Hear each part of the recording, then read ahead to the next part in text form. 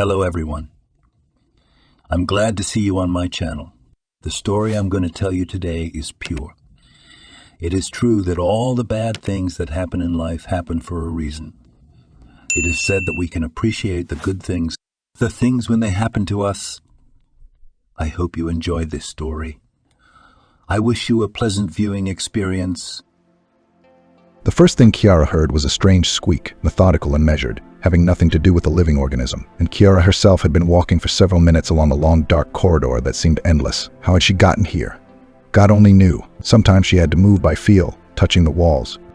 It was hard to say how long her forced journey lasted, but when Ciara saw a light ahead, her heart thumped with joy. The bright flash made her squeeze her eyes shut, the deafening noise in her ears causing her to feel dizzy and blurred. She shook her head, uncomprehending, and then felt a slight nudge on her shoulder, as if someone was trying to wake her up. Ciara tried to open her eyes at that moment, but it was difficult.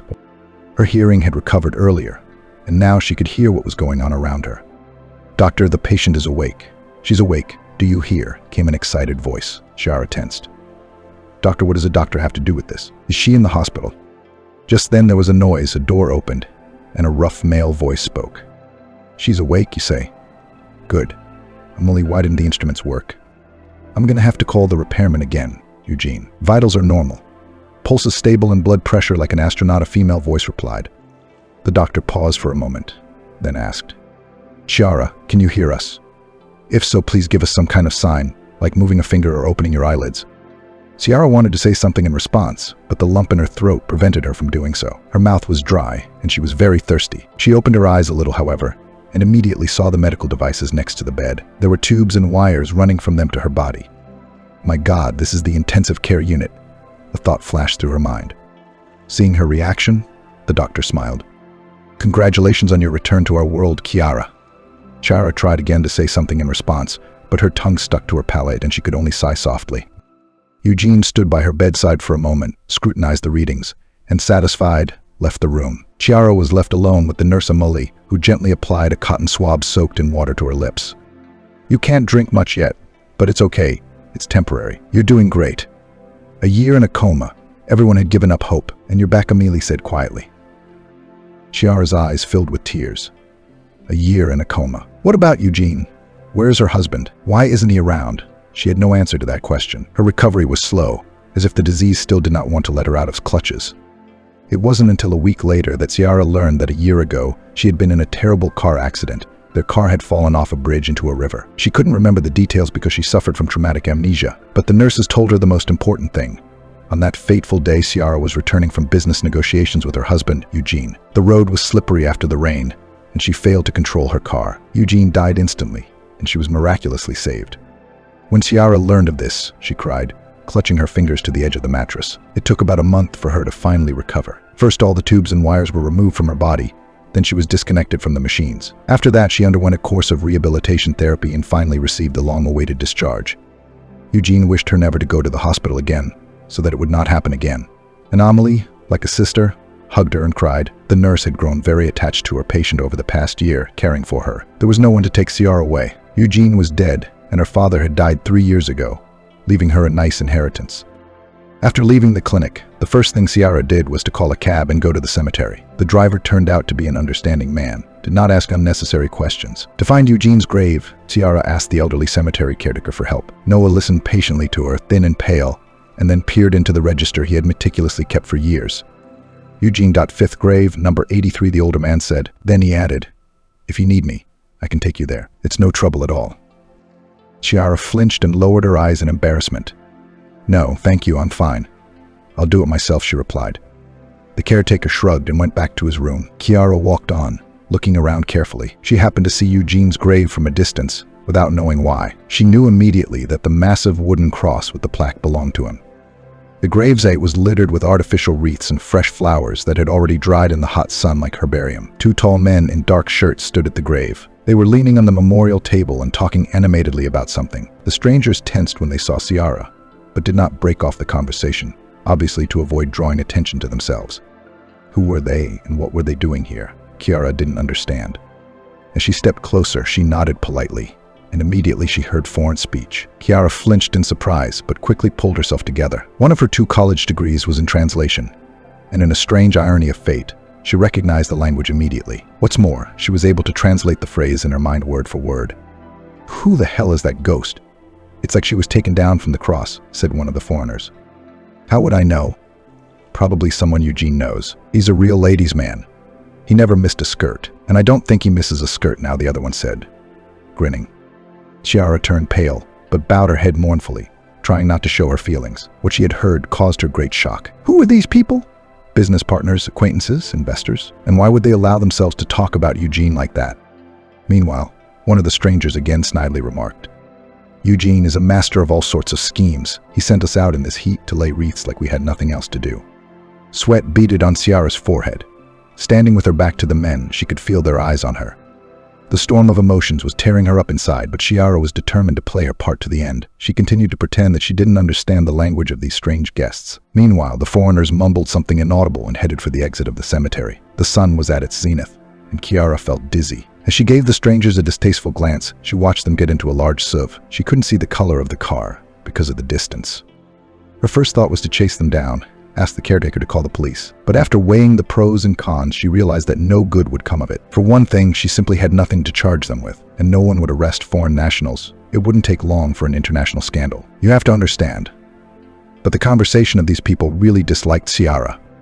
Besides, they were talking without a shadow of embarrassment, chatting about something, as if they were not afraid to be heard. But how could they know that Chiara knew their language? It was not for nothing that she was fond of reading foreign books in the original. What were they saying about Eugene? Why were they talking about him in such a negative way? Shaking her head, Chiara said goodbye to her husband, touching her lips to his picture. Being near the grave was becoming unbearable. Back to the gate, she walked back down another alley. Why did I go this way, she thought. Most likely she had turned down it absent-mindedly. Thoughts of the strange conversation between the two men were still lingering in her mind. Did they really know Eugene? Or had they just gotten the grave mixed up? At that moment, Chiara suddenly heard strange sounds to her right. She flinched and froze in place. The sound repeated, and now she guessed it was someone's moaning. It was coming from the nearest gravesite. Goosebumps ran down her spine. My God, who's moaning, she thought. Moving closer, Chiara was stunned. Behind the mound, a man of about 35, dressed in rags, was crouched over the grave. It was most likely a vagrant. Chiara frowned. Had he gotten drunk? Or couldn't resist drinking in a graveyard? Chiara thought, but something in his voice struck her as odd. "Help, I don't feel well," moaned the man. She bent over the stranger and touched his forehead. The tramp's skin burned like fire, but there was no odor of alcohol from him. Naturally, she couldn't lift a grown man by herself, especially since she'd recently been discharged from the clinic after a year in a coma. Barely containing her excitement, Chiara quickly went to the cemetery keeper. "Oh, please help. There's a man down there," she pleaded. Noah reacted quickly, rising from his chair and following her without asking any questions. When he saw the tramp stretched out on the ground, he exclaimed, "Oh my God, it's Billy. He's been moonlighting here for about a year now, cleaning graves, painting fences. But he can't stand alcohol. What happened to him?" Chiara shrugged, and together with the caretaker, they led a weakening Billy into the gatehouse. Nothing. I guess he ate something bad, poor guy. We'll give him a gastric lavage and get him back on his feet," Noah muttered. "Gastric lavage?" Chiara was surprised. What do you know about it?" The guard paused for a moment to catch his breath. "Of course I do. How could I not? I spent almost 40 years of my life as an ambulance paramedic. You can't tell me what I've seen," Noah said with a smile. Chiara nodded and looked at the guard with undisguised respect. Noah was a real professional. He quickly prepared slightly salted warm water and began pouring it into Billy's mouth almost forcefully. The tramp mumbled something unintelligible, did not want to open his mouth, but Noah knew his business. Soon his stomach cleared, and Billy felt noticeably better. Chiara was not present. She tactfully went outside. She didn't feel well. The abundance of negative information made her dizzy and thirsty. As if reading her thoughts, Noah came out to her with a cup of cold water. "Honey, it's from the well. It tastes great. When I go to the country, I always have a bottle to spare," he said. "Thank you so much," Chiara breathed out in relief. She thought for a moment, then said, "I can't judge, but I think Billy might have been poisoned. All the signs are there, and the poison is so strong. It's all right. He has 9 lives," Noah said with a smile. Chiara raised an eyebrow in surprise. "Poisoned? Or maybe he poisoned himself with something." "No, I'm 100% sure it's food poisoning. He ate something wrong. That's all. But it's okay. Billy's tough. He can handle it. He's good at his job. Too bad he's an orphan with nothing to show for it. It's a good thing he was smart enough not to get mixed up with gangs," Noah said. Chiara nodded in agreement, then asked, "Listen, Noah, Do you happen to remember the funeral of my husband, Eugene Kiriev? I was in the hospital then. Maybe you noticed something strange? Strange? What could have been weird about it? Although, there weren't a lot of people there. The coffin was closed, and they filmed the whole procession. The gravediggers were so drunk, they barely made it out of the cemetery. Nothing else happened. Only 2 men were hanging around the grave recently, doing something in their own way. I didn't get it. You must have seen them. They were strange. Why they came, it's unclear, Noah answered thoughtfully. That's all the information I need. Billy, get well soon. If you need anything, call me. I'll leave you my number. You never know, he added. Thank you. I was in the restaurant business before the accident. I'm going to inspect the place and see what's going on. Kiara said goodbye and got up from the bench. Take care of yourself, sweetie. I'm not inviting you to visit. You know, it's a cemetery here. It's no time for guests, Noah said with a smile. Chiara shook her head and headed for the exit. Calling a cab, she decided to go to a restaurant, which had probably fallen into disrepair during her absence. Who had been running things while she had been away? It was a difficult question to answer. What was her surprise when she saw that the restaurant, her brainchild, was padlocked. As she got out of the cab, she ran to the door and noticed that there was a sign hanging on it that read in paint, "Closed." Wow, what the hell is this? Where's the receptionist? Where's the maintenance staff? Ciara exclaimed. There was no answer. She sat down on a nearby bench, wrapped her arms around her head, and plunged into thought. Unbeknownst to herself, Kiara began to remember her past. Without wanting to, Kiara's thoughts returned to the day when her life was divided into before and after, and everything had started so brightly. Everything around her seemed like a fairy tale. The first rays of sunlight were shining through the thin curtains, caressing her face. She lay in bed and did not hurry to open her eyes, enjoying the warmth and comfort. Last night had passed in a hectic pace. Final preparations for the 5-year anniversary of the restaurant opening, phone calls, endless checks, it all piled up on her, and fatigue literally knocked her off her feet. Ciara took a deep breath, feeling her muscles begin to relax a little. Truth be told, she always got up early. It was a habit she'd picked up since high school, when, as an honor student, she'd rush to class to learn new things. She especially liked the foreign language classes taught by Vincent, who considered her his favorite. Mark my words, girl, you'll make a great translator. Yes, your math teacher thinks you'll be an economist, but I'm sure you'll make your life in foreign languages, the elderly teacher said, fixing his slipping glasses. Ciara only smiled in response, because at that time she could not make a final choice. Now that she had her own restaurant, her schedule was even busier. But despite the fatigue, she never complained. She loved her business, had dreamed of it since she was a child. Her father, Kai, had once invested in the abandoned building of the town's canteen, which had been given a new life with his arrival. Over time, the place had become an elite restaurant called Moonlight, where all the color of the city liked to relax. Ciara slowly stretched out in bed, stretching out the muscles that had stiffened overnight. Eugene slept peacefully next to her. His lips were slightly open in sleep, making him look like a fish. Ciara smiled and stood up quietly. Things weren't starting out easy for her. Her father had essentially handed her an old, dilapidated canteen building that was yet to become a restaurant. She spent her days looking for the right construction crew to renovate the building, studying business plans and working out the menu to the last detail. Eugene repeatedly doubted the success of her venture, but Claire was adamant. The morning promised to be busy. There were important negotiations to be held with an investor at the Kiara River Country Retreat, where she hoped to get funding for her idea of opening a summer playground. Truth be told, she had already pictured it in her dreams: cozy outdoor tables, soft plaids for cool evenings, the aromas of cooking food and live music. In Ciara's opinion, this was exactly what would make her establishment special, to add charm to it and attract new customers. But to realize this idea, she needed money. The investor, Nicky Golikov, though interested in the project, was still hesitant, not sure of its profitability. Kiara had to convince him that the summer area would be the highlight of the restaurant and would attract even more guests. She quietly walked out of the bedroom, trying not to wake her husband. Truth be told, Eugene had always been an owl, calling himself that, while Ciara considered herself a lark. She walked over to the window and breathed in the fresh morning air. Looking out at the awakening city, Kiara felt a surge of energy and strength. She knew that she would succeed and her dream would definitely come true. The main thing was to be confident and not be afraid to take risks.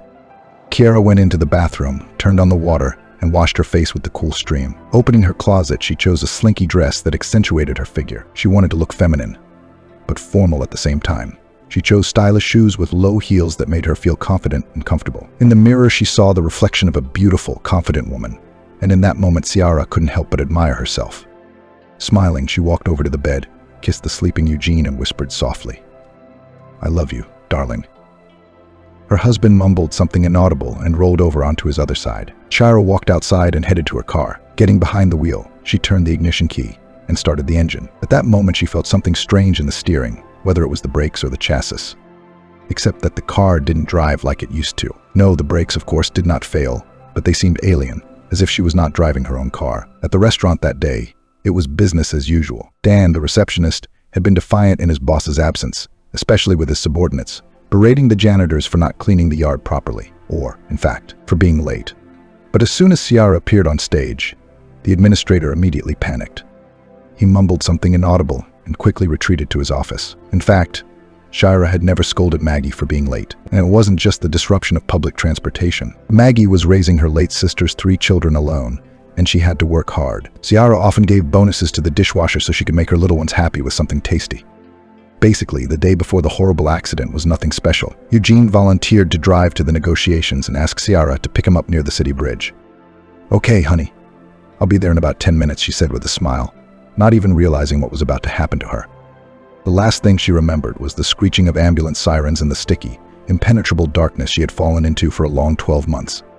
Ciara still couldn't remember who had pulled her out of the sinking car. She always wore her seatbelt when driving, which meant she simply wouldn't have had time to get out on her own. Amully, the nurse at the emergency room, shrugged, and the doctor didn't know how she'd escaped. Chasing away the unpleasant memories, Ciara shook her head and reached into her bag where her phone was. Dialing Dan's receptionist's number, she pressed the phone hopefully to her ear. An excited voice came through the receiver. "Ciara, is that you?" "Yes, it's me, Dan. Hello." I'm standing at the door of the restaurant and admiring the sign that says closed. "What's the matter? Why is it closed in the middle of the day?" she asked, barely containing her excitement. There was a tense pause in the phone for a moment. Then the receptionist said, "Ciara, you probably don't know, but we've been closed for 8 months. I'm now working somewhere else entirely, the Prometheus restaurant. You know, the one by the waterfront, the competitors." "I see. Why is the restaurant closed? Where's all the staff?" Ciara wouldn't stop. "Why is it closed? What were we supposed to use to buy food? Taxes and salaries. There's no money in the accounts. On the day of the accident, everything disappeared for some reason. I even filed a police report, but nothing could be found, so I quit. You have to live on something," Dan said sadly. Ciara shook her head, then said goodbye and disconnected the call. What else was she supposed to do? Make a scene? Dan had a dependent, disabled father, after all. Was he supposed to wait for his mistress to come out of her coma? Or if she'd ever come out? But where did the money go? Who could have withdrawn it on the day of the accident? It certainly added to the problem, though that's not surprising. A year between life and death is no fun. Getting up from the bench, Ciara wandered toward the house. Luckily, it wasn't far. The house was only half a kilometer from the restaurant. Meanwhile, a very different scene was unfolding in the cemetery. The sun's rays came through a gap in the shutters and fell directly on Billy's face. The drifter grimaced and covered his eyes, trying to shield himself from the light. His head ached, as if a dozen nails had been hammered into it. From somewhere in the depths of consciousness came vague, frightening sounds. Billy tried to make them out, but his thoughts were as confused as a drunken man's. He opened his eyes and struggled to raise his head. He found himself lying on a pile of old rags. In the cramped, dusty room, the walls were boarded up and the ceiling felt like it was about to collapse. A shiver ran through Billy's body. He tried to remember how he had gotten here. Vague images flashed through his mind. A cemetery, 2 tall men with strange accents, a bad taste in his mouth and a nauseous feeling, and then darkness. Billy struggled to rise, leaning against the wall. His stomach was churning unpleasantly. He looked around. The room resembled either an old lady's room or some kind of back room. An icon hung over a simple wooden table, and a yellowed lamp with a shade stood on the table. Suddenly, there was a creak. Someone was opening the door. Billy turned around sharply. In the doorway stood Noah, the cemetery caretaker, with whom Billy was well acquainted. "Hello," Billy barely breathed out, clutching his head. What's wrong?" The older man raised his eyebrows in surprise. "You're losing it, brother. We brought you and a woman back from the dead. What the hell did you eat, sweetheart?" Billy shook his head. "No, I didn't eat nothing. I think I was poisoned." Noah looked at him thoughtfully. "Poisoned? Who do you think did it?" "2 tall men in dark shirts. I met them at the cemetery. They gave me a soda. It was hot," Billy mumbled, struggling to find his words. Noah shook his head. "That's the news." "What? They just decided to poison you like that? Why would they do that?" "I don't know," Billy whispered. "All right, sit down. Tell me everything in order," Noah said, gesturing to the only chair in the room. Billy began to tell the story, rambling and confusing the details. He talked about the meeting with the foreigners, about the strange drink that made him sick and gave him such a headache that he passed out near a grave. "What did they talk to you about?" "What did they talk about?" Noah asked, looking anxiously at Billy. The drifter frowned. "I don't really remember. They spoke with an accent, and among themselves in their own language. a foreign language, of course. But what they asked me about was the case when I saved a woman in the river. She fell off a bridge into the water. And what did you tell them? Did she fall off the bridge? Noah was interested. Well, yes, from the bridge. But she was in the car, driving, and I dived in after her. The people on the shore panicked, so I kicked the windshield and pulled her out. She was covered in blood. Her head was smashed in, but she was breathing. I left her on the shore and ran away, Billy said quietly. Why did he run away? Noah wondered. Noah didn't stop. Why? Why put up with it? You're like a little kid. You know it's not reasonable for me to meet with the police, and there are journalists there cluttering up the shore like a jam bathhouse. Noah shook his head. His face reflected deep thoughtfulness. What exactly did these foreigners ask you? Noah finally broke the long pause. Billy grinned. Just some nonsense. They asked if there was a man sitting next to the owner of the car. I mean, a passenger. And was he? Noah got suspicious. There was no passenger. The cabin was empty. I noticed it right away when I smashed out the windshield, and the water in the river was clear, so you could see through the glass, Billy answered bluntly, wincing at the pain. Something tells me you shouldn't have messed with them. They asked about the accident for a reason. Oh, for a reason, said the watchman. I think you'd better stay with me for a while. You know, out of harm's way.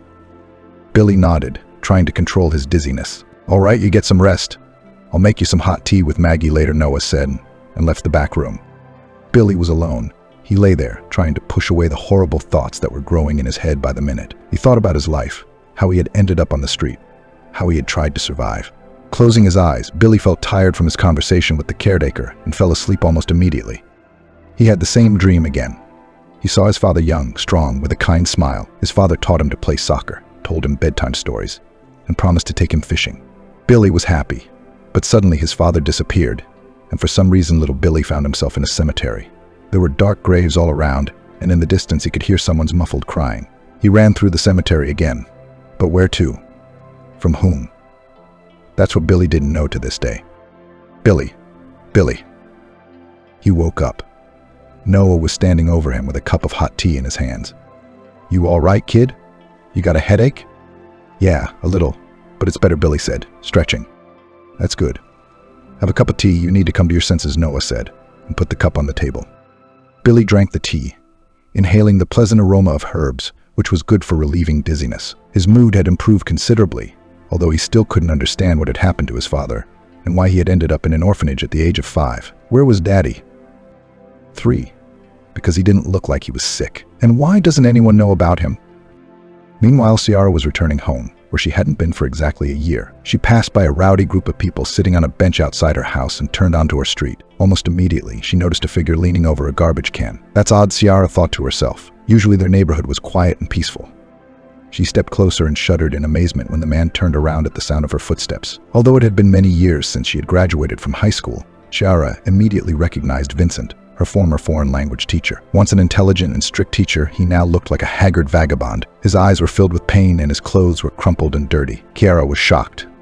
She couldn't believe that her teacher, who had always been an example to everyone, had stooped to such a state. Vincent, Ciara said in a low voice.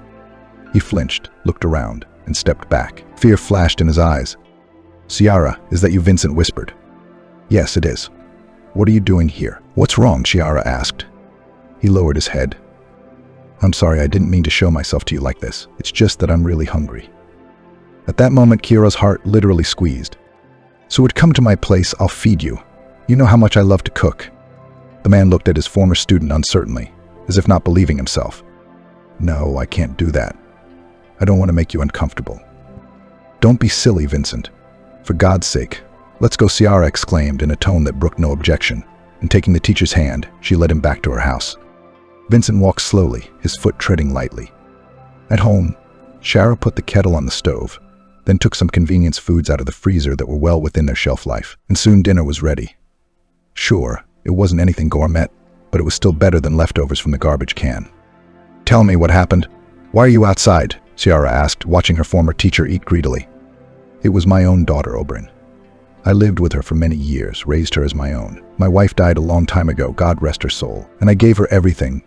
The apartment, the money, and even the small savings that I had accumulated in my life, tutoring at home. And Oberyn threw me out on the street like a stray kitten, said I was a nuisance, and that she deserved a better life, Vincent said through tears. Chiara felt her heart literally bursting with pain. Now, first of all, don't worry, I'll help you. In the meantime, you will stay with me until you regain your strength, and then we'll decide what to do next, she said confidently. Vincent looked at her with gratitude in his eyes. Thank you, girl. I can't thank you enough for your kindness. Chiara smiled. You've always been kind to me. You were supportive during the school Olympiads. I still remember your lessons, so I just couldn't leave you in the lurch. Vincent brushed away a tear and went to the bathroom to shave and shower. Luckily, there were some of Eugene's homemade clothes in the closet that should fit. Meanwhile, Chiara noticed something odd. All the places where money and family valuables had once been lying around were now almost empty. A little change remained, but the main finances were gone. It was as if they had never existed. As she tucked herself into her bed for the first time in 12 months, Chiara caught herself thinking that this whole situation seemed odd, to say the least. Why had her restaurant ended up bankrupt? Who took the money, and how did this someone break into her house by disabling the alarm system? And then there are those mysterious foreigners at Eugene's grave. What could connect them, even if only theoretically? The next morning, Billy woke up rested and feeling much better than the day before. His headache was less severe, and the signs of the poisoning had all but disappeared. It was as if they had never happened. Noah met Billy with a smile on his face. So you better, Billy. I've been thinking, why don't we call Ciara?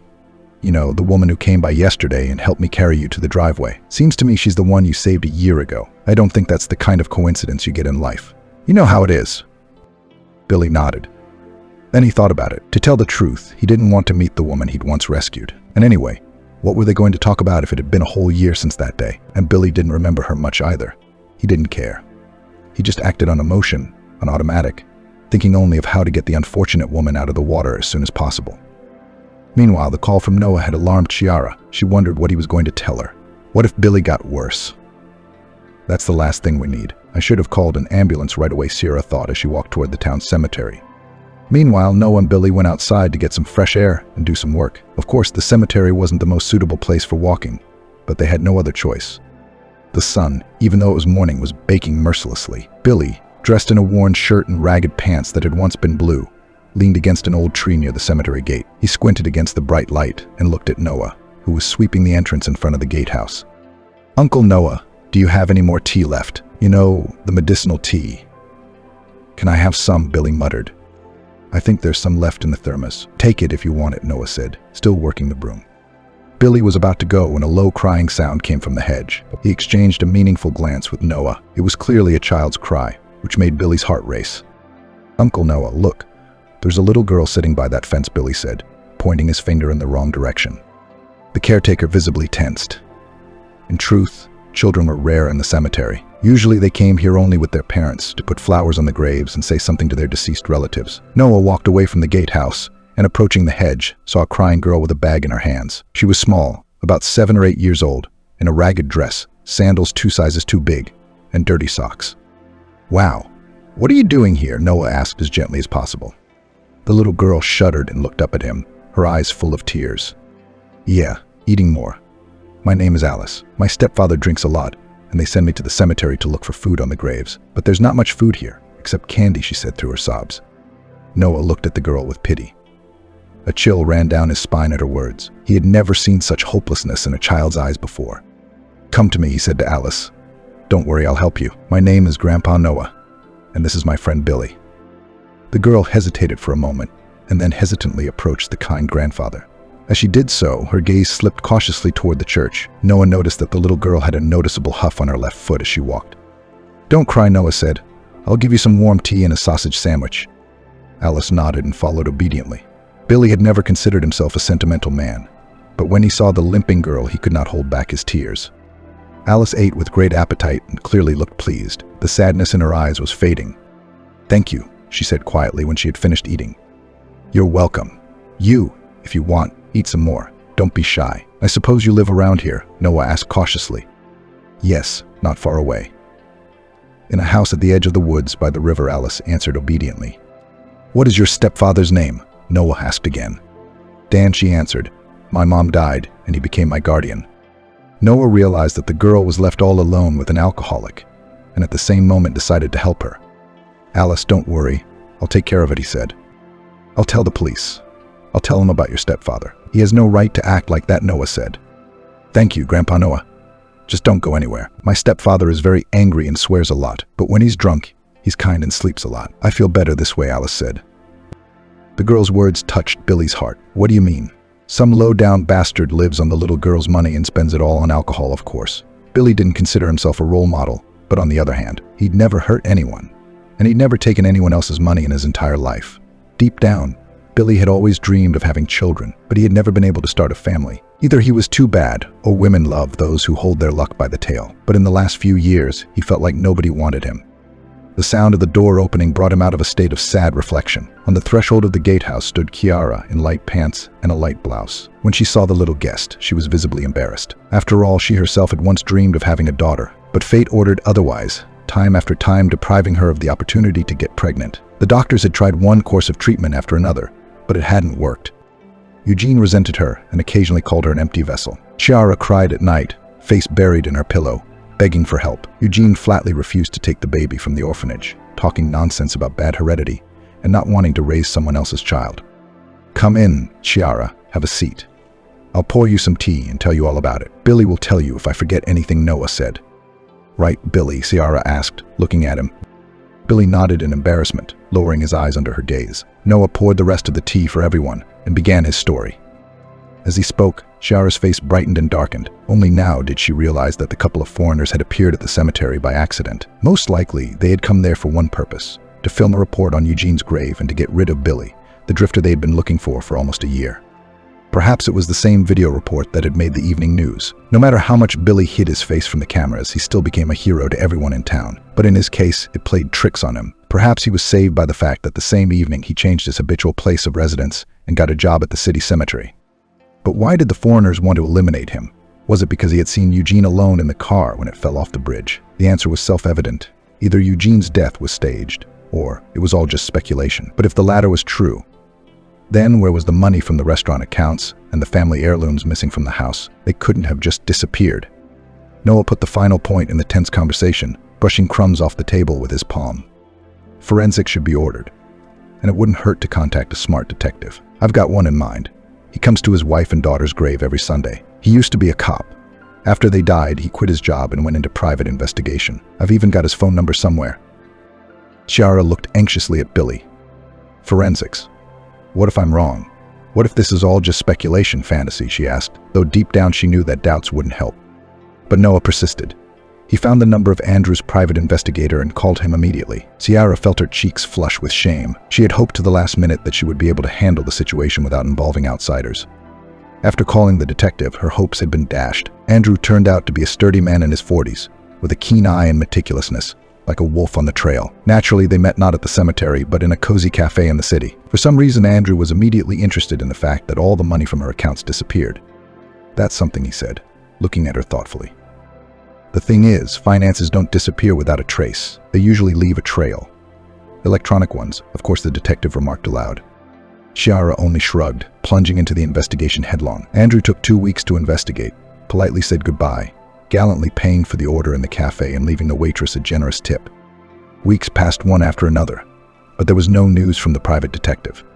All the while, Chiara took care of her former teacher, Vincent. She cooked his meals, washed his clothes, and even bought him new clothes to make him look decent. Chiara then began looking for a job for Vincent. Like a businesswoman, she called language schools, placed ads in newspapers, and told her acquaintances about him. Deep down, she couldn't bear to see such a talented man sitting idle. Of course, Chiara realized that it was difficult to find a job at such a ripe age, but she never gave up hope and persevered. Vincent, sensing her support, began to regain his strength. He was smiling more often now, and the sly sparkle in his eyes was back. "Thank you, Chiara. I don't know how I would have done it without you," he said at the table. "No way, Vincent. I'm glad I can help you," she replied. A few days later, Chiara found him a job teaching English at a small private school. "Well, congratulations. I'm so happy for you," she said as she offered to sign the employment contract. Vincent started working enthusiastically, sharing his knowledge and experience with the young staff. He was happy that he could be useful again. Chiara continued to support him, providing accommodation and helping him in times of need. One evening when Chiara returned home, she found Vincent looking at old photographs over a cup of tea. "What are you looking at?" she asked. "Just some pictures of my family. It's been so long since I've seen them," Vincent replied. "Are you not at all embarrassed by what your daughter has done? Have you forgiven her?" Chiara asked cautiously. "I'm not angry with her, Chiara," he said quietly. "She just didn't realize what she was doing. She was blind with pity. But I can't hate her for that, Vincent continued. That's why I'm glad you came into my life. You gave me a second chance. Chiara smiled. She'd already realized that Vincent was a teacher from God who forgave his abusers generously. Instead of taking revenge, he chose to live with goodness in his heart. And at the beginning of the third week, Andrew called to say that the exhumation had been settled. In addition, the detective promised to tell something truly stunning, but only later, when the issue with the removal of Eugene's coffin will be finally resolved. In truth, Chiara had been against the exhumation to the last minute, but when it did happen, she was in for a shock. Tearing off the lid of the expensive coffin, Billy saw that it was empty inside. That meant there had been no funeral. Or rather, it had taken place, but it had been staged. An empty coffin had been placed in the grave. Chiara almost lost her senses at the sight of it, and Andrew helped her calm down, and then came to the main thing. It turns out that he managed to find a financial trace of the stolen money. The funds were withdrawn to the accounts of foreign firms, but still could not go unnoticed. As it turned out later, Eugene for a long time had a mistress who lived abroad and came to the country only to settle the issues of his father's business. Vanessa was just preparing to enter into an inheritance whose roots had been in this country a long time ago. Her father, Nicky, had been forced to move abroad after his spouse died in childbirth. The boy was too young to move, and Nicky had urged his former classmate, Igor, to look after his son so he wouldn't end up in an orphanage. But things turned out differently. One day, Eden, who had become a sort of foster father to Nicky's son, couldn't bear the responsibility and left the boy at the cemetery when he was only 5 years old. It's hard to say why Eden did that. Perhaps he was simply exhausted. Or maybe he resented Nicky for stopping sending money to support the child. Either way, businessman Nicky Smolensky lost his son forever. It was rumored that for some time Nicky even tried to find his son, but it was all in vain. Subsequently, he started a new family and married a foreigner, Maggie, who gave birth to his daughter Vanessa. It was she who became the mistress of Eugene, who has long thought about running away abroad. However, to escape needed money, and a lot of money. That's when he looked for Chiara, who dragged her to the registry office. Already 6 months after meeting, listening to Andrew's story, Chiara could not believe her ears. God, had Claire been living in deceit all this time, she wondered. The private investigator sighed sadly and got to the point. It was Eugene who had disabled an important component in Chiara's car, causing it to drive off the bridge. His plan was for his wife to die in the accident. But when things went wrong, Eugene improvised on the fly and decided to pretend to be dead. In fact, he wasn't in the car at the time of the accident. And if it wasn't for the head injury that caused partial amnesia, Chiara would have remembered that she hadn't had time to pick up her husband on the highway. It would seem that the scoundrel had thought of everything, but he had not taken into account one thing, that among the crowd of passers-by there would be a man who would not be afraid to dive into the turbulent waters of the river after the car. Since then, Eugene had lost all peace of mind. Of course, he had organized his imaginary funeral and thought he was dead to everyone, but thoughts of Billy, who knew there was only a woman in the falling car, had kept him busy and prevented him from concentrating on his life overseas with Vanessa. Eugene searched for Billy for about a year before the foreign bounty hunters he hired picked up his trail in the city cemetery. They took the pleasure of visiting Eugene's empty grave. The next step was to give Billy a drink laced with poison. The foreigners left the cemetery with a clear conscience, except they miscalculated the dosage, or Billy really did have 9 lives. But he survived against all odds, and after the exhumation it was clear to everyone that Eugene was alive. He was immediately arrested at the request of the police. Such haste of foreign colleagues was by no means accidental. No one wanted such a sophisticated and cunning criminal to live in his country. Unfortunately, his mistress, Vanessa, was not even under investigation. After all, by and large, she did not appear anywhere and did not take an active part in the attempted assassination of Chiara. However, Vanessa was not particularly saddened by the arrest of her lover. The fact that just at this time she was preparing to enter the inheritance of her late father, Nicky Smolensky, whose life was taken by an insidious stroke. But the most interesting thing was ahead of her when Andrew was able to get in touch with Nicky's own son. To the surprise of many, he turned out to be an unknown drifter named Billy, who had almost recently been poisoned by 2 visiting gastronomes at the cemetery. To say that this news came as a shock to Billy is not to say anything. Tears flowed from the homeless man's eyes as he finally realized the meaning of his dream. After all, as a little boy, he had walked through the cemetery looking for his daddy, who he thought had abandoned him. But in fact, it wasn't his father, but a completely different man who Nicky had asked to look after his son. "So what, I can be my father's heir now?" Billy asked, looking at Chiara. She shrugged, but then Andrew intervened. "Yes, Billy, you can. You just need to find a good family lawyer." Billy exhaled disappointedly. To tell the truth, he had hoped that everything would be amicable. A court case, and even overseas, seemed beyond his means. He doubted he could prove his claim to the inheritance. And did he really need the money when his father was gone? For days, Billy walked around depressed, but then Chiara offered to help. After Eugene's arrest, the businesswoman managed to recover all the stolen money. She decided to hire a capable lawyer for the former drifter, who became Jimmy. It was he who filed a lawsuit to contest the inheritance, so that Billy had a chance. A 1 in 100, 1,000, or even a million chance, but a chance nonetheless. In the meantime, Chiara kept her promise and secured custody of little Alice. She immediately made an appointment with an orthopedist to find out the cause of her limp. As it became known after the examination, they had made the appointment in time. If they had delayed even a year, Alice could have remained terminally ill. But the little girl began accelerated rehabilitation in one of the best pediatric clinics, specializing in musculoskeletal injuries. Of course, Alice's stepfather tried several times to assert his custody rights, but after Noah went to the police, the scoundrel quickly realized what was at stake and disappeared from little Alice's horizon. Meanwhile, Billy was hard at work, preparing for the probate court in his dispute with Vanessa. Feeling their superiority, the foreign rich mocked the former vagrant, calling him a bum. Billy held on with all his might, not wanting to answer rudeness with rudeness. He couldn't imagine being able to offend a woman. On the day of the trial, only his lawyer believed in Billy's victory. Naturally, all the odds were on Vanessa's side, but Billy was going to go all the way, thanks largely to Albert Semyonovich's help. When he went to the microphone and, standing on a pedestal, began to talk about his life, the judge could not hold back tears. Despite Vanessa's taunts and wiggles, the jury saw before them not a grown man, but a little boy named Billy, who once looked for his father in the cemetery at dusk. The judge's decision shocked even seasoned lawyers. According to the verdict, Billy became the sole heir to the entire empire left by the late Nicky in Smolensk.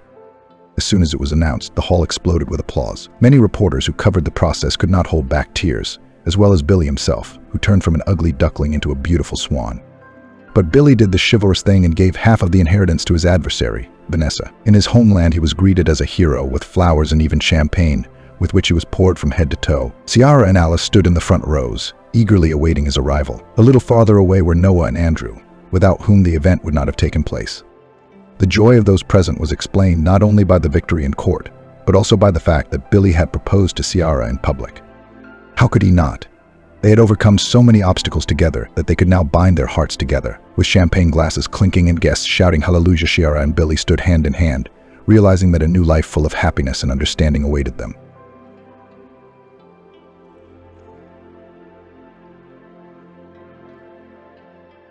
The highway leading through the wooded area from the village to the main highway was in fairly good condition. But John, who was sitting behind the wheel, didn't press the gas. Even though the bends of the road were not too steep, but he, as an experienced driver, was well aware of how sad the consequences of a sudden appearance of a wild animal in front of the car could be.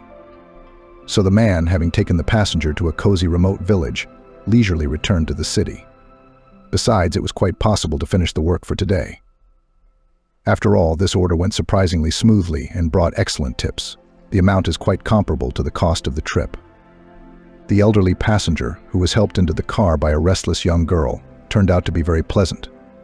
At first, the lady, to whom the word old lady did not fit, was reading something on her smartphone, and then she began to look thoughtfully at the landscape outside the cab window. For fun, John sometimes tried to guess the occupation of the person he was helping to comfortably travel by car. Of course, such distractions from the road did not happen too often. But when the situation permitted, the driver allowed himself an innocent amusement and was often right in his guesses. And today he was sneaking glances at the passenger. He began to speculate. Her clothes were nice and fairly new. Her hair was impeccable, even after the woman had pulled back the hood of her light cloak. Understated makeup, some kind of peculiarly straight posture. The woman noticed that the cabbie was looking at her and gave him a direct stare, as if looking straight into his soul. John felt uncomfortable and hastily clarified. Should I change the temperature or leave it at that? The passenger's well-practiced voice was soft, but clear and coherent. Thank you. Everything is fine. John was wondering who this woman with a royal posture, towering in the back seat of his car. He also thought that the passenger, like his mother, had devoted many years of her life to the difficult work of a teacher. Except that the deference and fidgetiness shown by the young escort hinted at a higher status. Maybe the old lady had advanced in her career to the position of school principal, or had been a famous actress or singer in the past. However, the look of this passenger seemed to reject the possibility of extraneous conversations in advance. From the very beginning, John thought that the passenger was a retired judge. He had already had encounters with people of this profession in his life, and frankly speaking, he disliked them. They decide the fates, often without delving into the circumstances of cases, acting quite unjustly. And all this under cover of numbers of articles of laws. Ugh, they think they're gods. When the lady first came out of the entrance, she seemed arrogant, and the driver even felt something very close to inexplicable dislike. Very soon, however, John's impression changed to the opposite. Observing the passenger's behavior, he realized that she was sharply different from those to whom everyone around him is eternally indebted. The woman gently calmed down the girl who was fussily helping her, who had managed to drop one of the bulky bags and was loudly lamenting about the forgotten item. The lady said a polite hello to him, to what a far cry from her customers, and reassuringly wished the remaining assistant a good end to her day. It would seem that these were trifles, manifestations of elementary courtesy and nothing more. For some reason, however, these details pleased John. Here was the end of the trip, which had passed almost in complete silence, when the car had already entered the village. As the car approached its destination, the man saw a radiant smile flicker across the passenger's lips and instantly transform her face. The car passed a boy walking along the curb with a shaggy dog on a leash. This couple, obviously pleased with each other's company, was apparently either familiar to the lady or evoked some pleasant memories. Having parked the car in the specified place, John helped the passenger to take things out of the trunk and wanted to offer to carry them. But a very young boy, running from the gate, beat him to it. After giving the cabbie a hostile look, the young man began to pull out the bags. The lady handed John a few bills and thanked him from the bottom of her heart. "Thank you, a wonderful trip. You drive the car perfectly, as if you could feel it like a living thing. Goodbye." Honesty prevented John from taking the outstretched money, he reported. "Actually, your trip has already been paid for non-cash, so have a good day." The woman smiled. "I know it's for you personally. Dispose of it as you see fit. Go home early, get some rest or something. While I was driving, I read about the cute custom of paying for the next person in the coffee shop. It's called a suspended coffee." Meanwhile, the nimble young man, who was still casting suspicious glances at John, carried all of his belongings and respectfully extended his hand to help me up the steps. The passenger once more offered to the driver, take it. It would really be fun if you could help someone in need to get where they need to go. Good luck to you." John did not refuse and thanked the woman, said goodbye and drove off. Dusk was just beginning to fall, and the road was a little faded after the recent rain. There was no point in driving with the gas pedal to the floor. No one was waiting for him at the rented apartment. His mother lived in another city and flatly refused to move. It was as if she had put down roots at her job at the school, an institution familiar to every corner, which for several years had been threatened to be overhauled. But the volume of this event was so large that even during the long summer vacation was not to cope.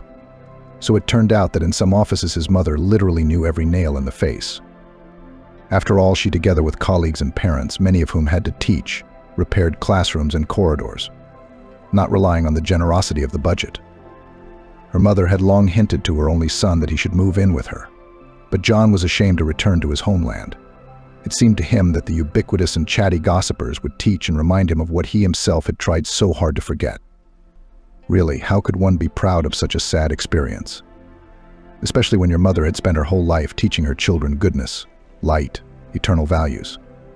These thoughts, which again, uninvited, appeared in his head, made the cab driver's mood worsen. After all, he had not gone to prison because he was a criminal. He hadn't hurt anyone. It was only John's fault for being too gullible that he had to do the time. How proud his mother, father, and wife had been when he'd managed to get a job in a bank after graduation. And how much grief had this supposed good fortune brought to their family. John diligently went into all the nuances of the work and acted strictly according to the job description, but did not notice how he was the only suspect in the organization of a large-scale crime. The cunning manager managed to twist the ongoing investigation in such a way as to get away with it, and John was unable to prove his innocence. The lawyer seemed to try to build a defense, but without success. The father died of a heart attack shortly after learning of the verdict for his only son. His adoring wife, Jennifer, decided to divorce him. Only his mother waited for him and fought for her son to leave the prison walls as soon as possible. After his release, of course, John had a hard time. He didn't get a good job, so he had to make do with casual labor, and then decided that the only more or less reliable hope for stability and financial independence is his ability to drive a car. Thanks to his father, who taught him the wisdom of driving and car care starting almost from kindergarten, having issued a new license to replace the expired ones. The unlucky former bank clerk and ex-convict became a cab driver. Relationships with women somehow did not add up, and in his 30s the man became an inveterate bachelor. To the prospective grooms he could not be attributed, because the wealth of John, of course, could not boast. In addition, purposefully looking for his happiness, he just did not want to. Long betrayal of his wife was still an unhealed wound. Small love affairs ended in separation, and John was not too broken about his loneliness. His mother, rapidly losing her health, was the only person he lived for now. John sent her money regularly, and in the fall he came to help her buy vegetables for the winter. It had only been a couple weeks. How he had parted from his mother after another brief encounter, but the man missed her desperately again. How good and peaceful he felt when she stroked his head as if in passing or carefully adjusted his blanket when he was on the verge of sleep. But John couldn't afford to stay in his hometown and have everyone pointing fingers at his mother or himself. He was afraid he would lose his temper, punish the gossipers and abusers, and go back to prison. No, it was better to come for a few days, and then hide from gossip and worried looks in a metropolis alien in spirit and mood, where no one is interested in anyone. Here, even about neighbors on the landing is not known. And John was happy and completely satisfied with it. And having caught up with his memories, the cab driver tried to switch to other thoughts, but there were practically no positive ones among them. The leisurely return to the city was a good time to think about the incidents that had happened to him during the years he had been working in the cab. Not all the passengers had been as complacent as the elegant lady who had left the cab a short time ago. They had tried to rip John off, and they had tried to run away from the car without paying. The stretch of road through the woods had long since ended. A little more, and ahead would appear a series of dacha settlements, which were especially picturesque in spring and early fall. Almost immediately after them, about 15 minutes away, the house where John had rented an apartment would appear. Not so long ago, the traffic had been incredibly heavy, but now that the harvest was almost over and only a few late apples were hanging, the cottages looked abandoned and deserted, and the road was almost empty. John wanted to pass through these not very cheerful places. But suddenly, as he passed one of the stops, he noticed a figure lying on a bench. Nearby was a wheeled cart, a sure sign of experienced dacha dwellers, who, like industrious ants, haul the crops from their dachas to their city apartments. The cab driver did not consider himself an evil person, but he caught himself thinking that the first thing he wanted to do was to press the gas pedal. However, having figured out that the season, when the municipality runs public transport to dachas, was already over, he realized that a stranger could not hope for a shuttle bus to arrive. John carefully slowed down, parked the car on the side of the road to find out maybe the man became ill, needs medical help, or just needs to get to the city. After all, no one was waiting for him at home, and the words of a recent passenger suddenly popped into his head. John got out of the car, stretched his legs a little, and approached the bench. For a second, the cab driver felt uneasy, because the man didn't react to the knocking of the door or the sound of footsteps. "Hey, buddy," John called out. "Are you all right? Alive or what?" The body moved. Then the man turned, sat down on the bench, and looked at the cab driver. John saw before him not a man at all, but a rather young girl, and he looked at the stranger with surprise. Her clothes were even worse than those which country people wear to visit their plots, and were more like those of a scarecrow.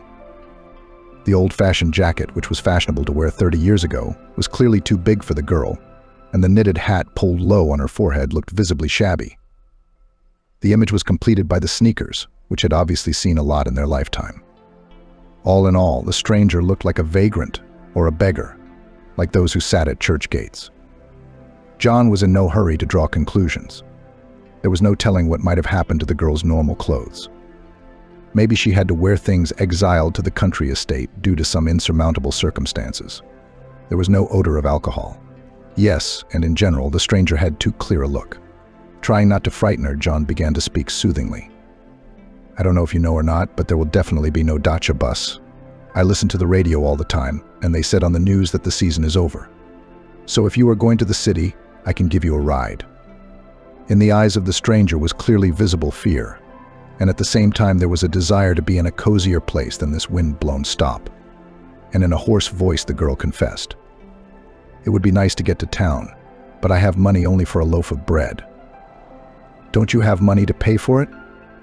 John could not help but laugh at the amazing coincidence and hurried to explain the situation to the stranger, who seemed about to run away. "By happy coincidence, it turned out that your trip has already been paid for by my recent passenger. Especially since I'm going into town myself. It's not all about the money. Sometimes it's good to show a little humanity. Why don't I give you a ride on the way?" The girl's look was still distrustful, and the man, who himself wanted to get home as soon as possible, and not to stand on the highway, experiencing the gusts of the rising wind, had to hurry her. "Here, decide whether you're going or not. I'm not going to hurt you in any way, by the way. If you believe me, let's get in the car and go." "Well, there's no judgment. Maybe some other kind driver will feel sorry for you." The stranger rose abruptly from the bench, picked up her wheeled bag and answered the cab driver. "I'm ready." On the way to the car, John noticed that his companion was obviously cold, although maybe she was shivering from excitement. The cab driver didn't bother to find out why, but simply turned on the heater and concentrated on the road. The passenger, who sat in the front seat next to him, placed her bag in her legs, fastened her seatbelt, and seemed to disconnect from reality. John didn't talk to the stranger, and she didn't talk either. Only when the car was almost entering the city, the man specified, "Where should I take you?" The girl shuddered, as if breaking out of a stupor, and after a few seconds, clearly thinking something over, answered, "Now there will be a 24-hour stall and I can go out. Or, if it's not too much trouble, turn right, and I'll be there in 2 blocks. John was a little confused about the destination. As far as he understood his passenger, she was going to one of the most disadvantaged neighborhoods. A neighborhood built up with temporary housing for workers who were erecting a series of factories. It had lasted much longer than planned in the city, but was now living out its last days. Most of the residents were happy to leave the barracks with minimal amenities. Judging by the numerous houses with lit roofs, the centralized heating had already been turned off, and the dwellings had gone to people who simply had nowhere else to live. The residents of this neighborhood almost never used cab services, unless they were plotting to take the proceeds. Strangely enough, the girl didn't look like a criminal or socially depressed. Literate speech, noticeable even by short lines, clearly practiced observance of traffic rules and manners in general indicated that the passenger was hardly a native of this suburb. Having decided that if to do good, then not half, John did not slow down at the stall, as if he had been transported by time machine from the dashing 90s, when the country was in ruins and the cruel laws of survival came into force. Obeying the girl's instructions, he took her where she asked. There was no limit to the man's surprise. The place where his passenger needed to go was not even a house, but actually a ruin. A woman, whose clothes looked even worse than John's, came out of a leaning door, apparently having heard the noise of the car. The girl, having quickly uttered words of gratitude, slipped out of the interior of the car.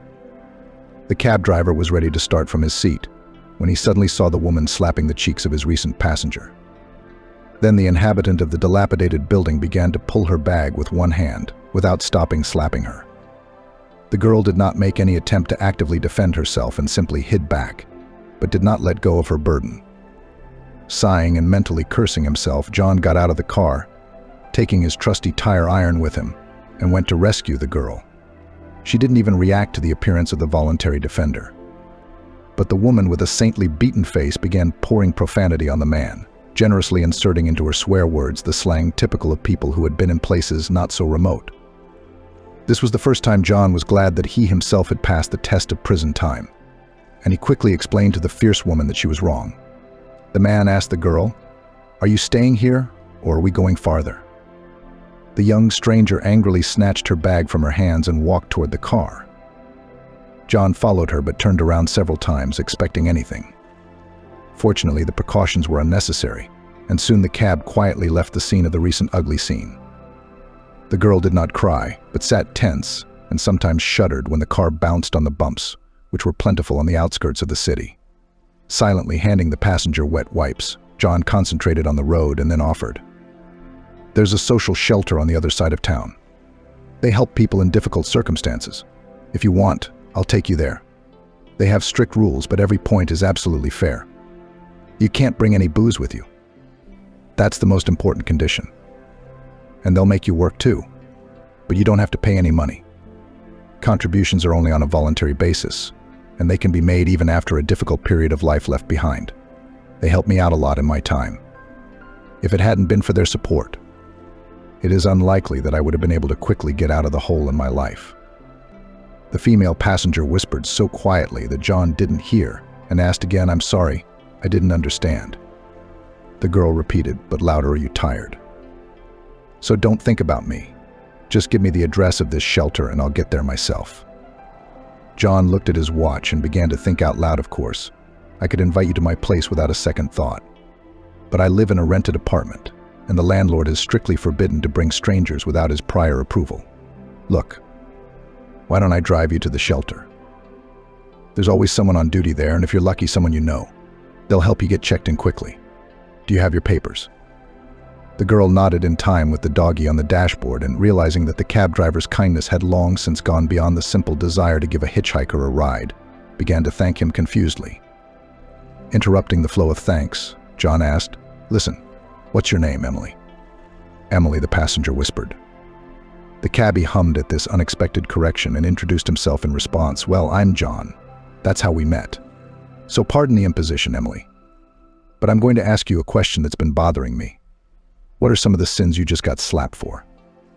Even in the encroaching darkness, somewhat dispersed by the glowing instruments, it was noticeable in the parlor how embarrassed the girl was. "That's a long explanation. And to make a long story short, I didn't bring any money or groceries. And in general, I left with my documents, which is strictly forbidden. I myself do not understand why I went back there. I don't know why I went back there." John asked again, "Is that your home there? Or is it some kind of voluntary slavery?" The cab driver didn't wait for Emily's answer, because the girl cried, interrupting the silence with sobs. John parked outside the store and turned to the passenger. "You sit here. I'll go get some groceries. I don't feel comfortable driving empty-handed. Help is always welcome there." Emily didn't even seem to notice John's words. He returned, loaded the bags into the back seat, and the girl had already calmed down and even apologized. "I'm sorry. I'm sorry. My nerves are a little frayed." The cab driver nodded, letting her know that he understood, and when he had already driven Emily to a well-known shelter, he dared to bother her again. Everyone made it. John took his bag, and they went to get Emily settled in for the night. Afterward, she would decide where she wanted to go. To John's delight, a good friend of his was on duty at the shelter that evening. The old woman opened the door and greeted his former ward cordially. "Oh, John, it's been a long time. What brings you to our land, still working as a driver? Don't you get bored? Come in, darling. I've just made some tea. Take your time. Sit with the old lady, tell her the news." John, putting the bags on the floor, hugged the woman who had always treated him in a motherly way. And she, still talking, noticed a crying girl behind the ajar door and stretched out. "Yes, I see you didn't just drop in to see me or bring some goodies. Come on in and tell me what happened." The cab driver introduced his passenger to the shelter attendant on duty. "Here's our Deborah. I was lucky, although everyone here is a wonderful person. But I'll tell you in confidence that Deborah is the best. There are no unsolvable problems for her, and she always finds wise words to support and comfort. Deborah. And this is Emily. I only met her today, but as far as I can tell, she clearly needs a roof over her head. At least for tonight. And of course your advice, as always, will come in handy." The attendant led the guests into the kitchen, and as she sorted through the packages, she had time to run errands for John and Emily. "Emily, if there are any papers, let me see them. And you, John, take a set of clothes for Emily from the pantry. We keep all sorts of things, and show her where she can wash up. And if she wants to, she can take a shower too." While Emily cleaned herself up, the nimble Deborah set the table with John's help, persuading her former ward to eat dinner as well, scolding him unmercifully. "I know you probably haven't had anything hot but coffee today. I poured both Emily and you some delicious chicken soup with homemade noodles. Let's sit down and have a quiet dinner. Then we can talk. It won't do any good on an empty stomach." Emily, washed and changed, looked even more youthful than she had in the tramp's clothes, which Deborah, with her permission, had already taken to the small room equipped as a laundry.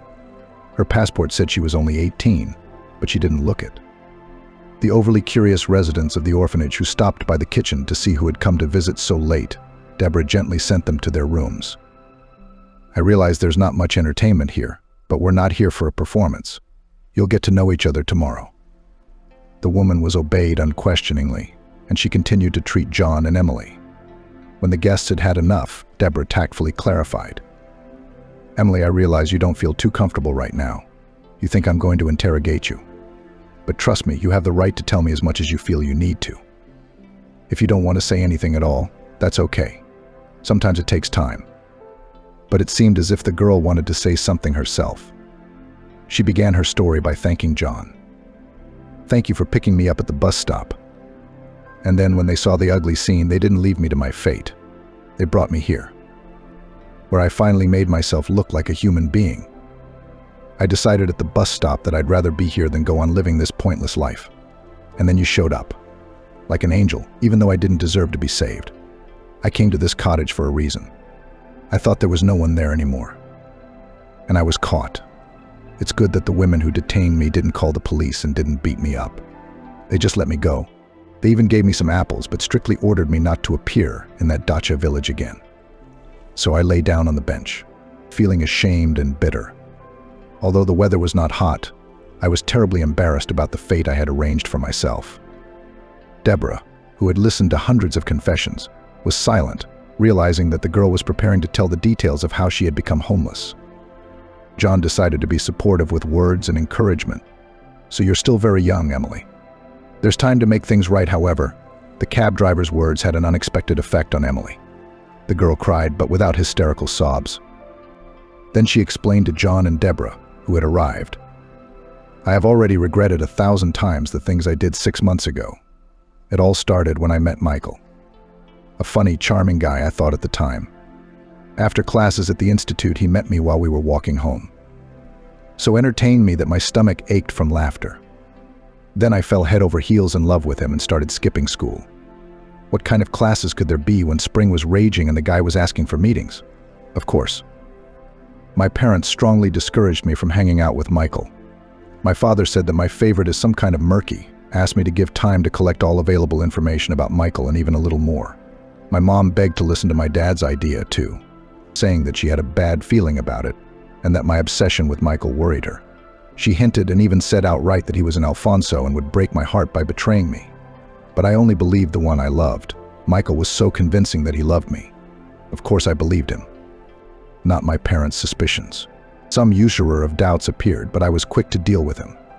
In response to my direct question as to whether his interest was self-serving, Michael even took offense and disappeared for a few days. I was so hurt that once he reappeared, apologized and started kissing me. I fell in love with him even more. My lover and I started meeting secretly because he lived in a hostel and there was nowhere to bring me. About meeting Michael's parents was out of the question. They lived in another state, and my lover planned that when he had a vacation, we would go to them together, in my hometown. I was terrified to appear with Michael in crowded places, so that my parents would not find out about the continuation of the relationship. Amelia, a longtime friend of my mom's, was so supportive. She even gave me her own apartment to go out with Michael, said I was old enough to make my own life. I couldn't keep the secret about the meetings for long. One day I came home, and it was announced to me in an ultimatum form that this connection must necessarily be cut off. I did not give in. The quarrels in our apartment grew more and more frequent, and it smelled of sedatives. I showed up there less and less often, though. Sometimes only to sleep over if Amelia's apartment was occupied. My mom was giving me a hard time. Dad threatened to withdraw his financial support. And I was already making plans for married life with the man I loved. I was convinced that I was old enough to have a serious conversation with my foster parents, and it was time to figure things out and live my life. How betrayed and hurt I felt. How so? Because not only had my parents lied to me all my life, but they also wanted to take away my love now. You bought me like a toy and kept me away from my own mother, playing the role of benefactors. I don't know what I was thinking, but it was clearly not in my right mind that I came to the apartment where my childhood had passed. And instead of having a calm conversation, I began to reproach those whom I thought were my parents and curse them for their lies. Emily cried quietly, repeating that she had always wished me well. John sat with a defeated look on his face. then left for the kitchen, probably to avoid listening to my accusations. The woman who had taken me to daycare treated me, taught me lessons, had tears rolling down her cheeks, but those incessant drops didn't touch me at all. I managed to get my real mother Deborah's address from her. John came back with 2 glasses filled with a stinking liquid that smelled like valerian, and almost forced us to drink the sedative. I continued to play the accuser. You're used to buying everything, but money doesn't make you gods who are allowed to decide everything for others, I shouted. My mom did something to calm me down, or maybe it was the sedative. I turned around and went to my room. That was the last night I saw the people who had raised me. During the night, I packed up some of my things, all the jewelry I'd given them, and, in what I now repent, I took the money. My parents never hid their savings from me, they trusted me. And then I even justified myself that it was a moral compensation to me for their lies and interference in my relationship with Michael. Without even leaving a note, I left the apartment. I had 2 goals: to find my birth mom, Deborah, and start a happy new life with her, my brothers and sisters I had been separated from, and of course with Michael. I was not even frightened by the prospect of moving to another city, because my beloved will find work everywhere. I believed that, and I didn't feel bad about dropping out of school. Why would I need a diploma if I had to sacrifice my love for it? I was sure that my lover would support me, so I called him. We met. I confusedly explained what had happened. I invited him to come with me to search for my biological mom, to support me in a difficult moment. But he apologized, saying he had to be at work in the next few days. Michael comforted me, promising to stay in touch. We also agreed that he would find us a rented apartment with the money from my parents' inheritance. I left a little for the road, and the rest of the rather large sum, and a bag of jewelry I gave Michael, so as not to lose it. After a heated embrace, we parted. It's long to tell how much and by what means I had to search for my birth mom. Fortunately, I had money and rented a room in a nice cozy hostel. I called Michael every day. He sent me photos of apartments for approval. But our conversations were short, a few minutes each. My favorite explained all the hard work and careful selection of our future family nest, and I, tired of fruitless searches, was not the best conversationalist. My biological mom, as it turned out, had managed to change her place of residence several times. And of course, I noticed that the neighborhood was becoming less and less prestigious with each move. After about a week of searching, I reached the dilapidated house where you, John, drove me today. I had accomplished my goal and finally met my birth mom. Strangely enough, she recognized me as soon as I opened the door. "My golden one," she screamed. "My baby girl, my darling. I've been waiting for you to find me someday." We cried for a long time, sitting in each other's arms, unable to talk. Mom confessed that she considered parting with me the worst mistake, for which she had to pay a heavy price. She didn't go into details, but it was obvious that she was addicted to alcohol. When my mom admitted that of my 2 brothers and 3 sisters, none of them were in touch with her. I, of course, immediately suggested that she move in with me. Mom agreed. In high spirits, I told Michael about the long-awaited meeting and asked him to find a bigger apartment. At first, he seemed to share my emotions, congratulated me, rejoiced, but the next day he stopped contacting me. It was impossible to call him, and I was worried that something had happened to him. I couldn't find a place for myself.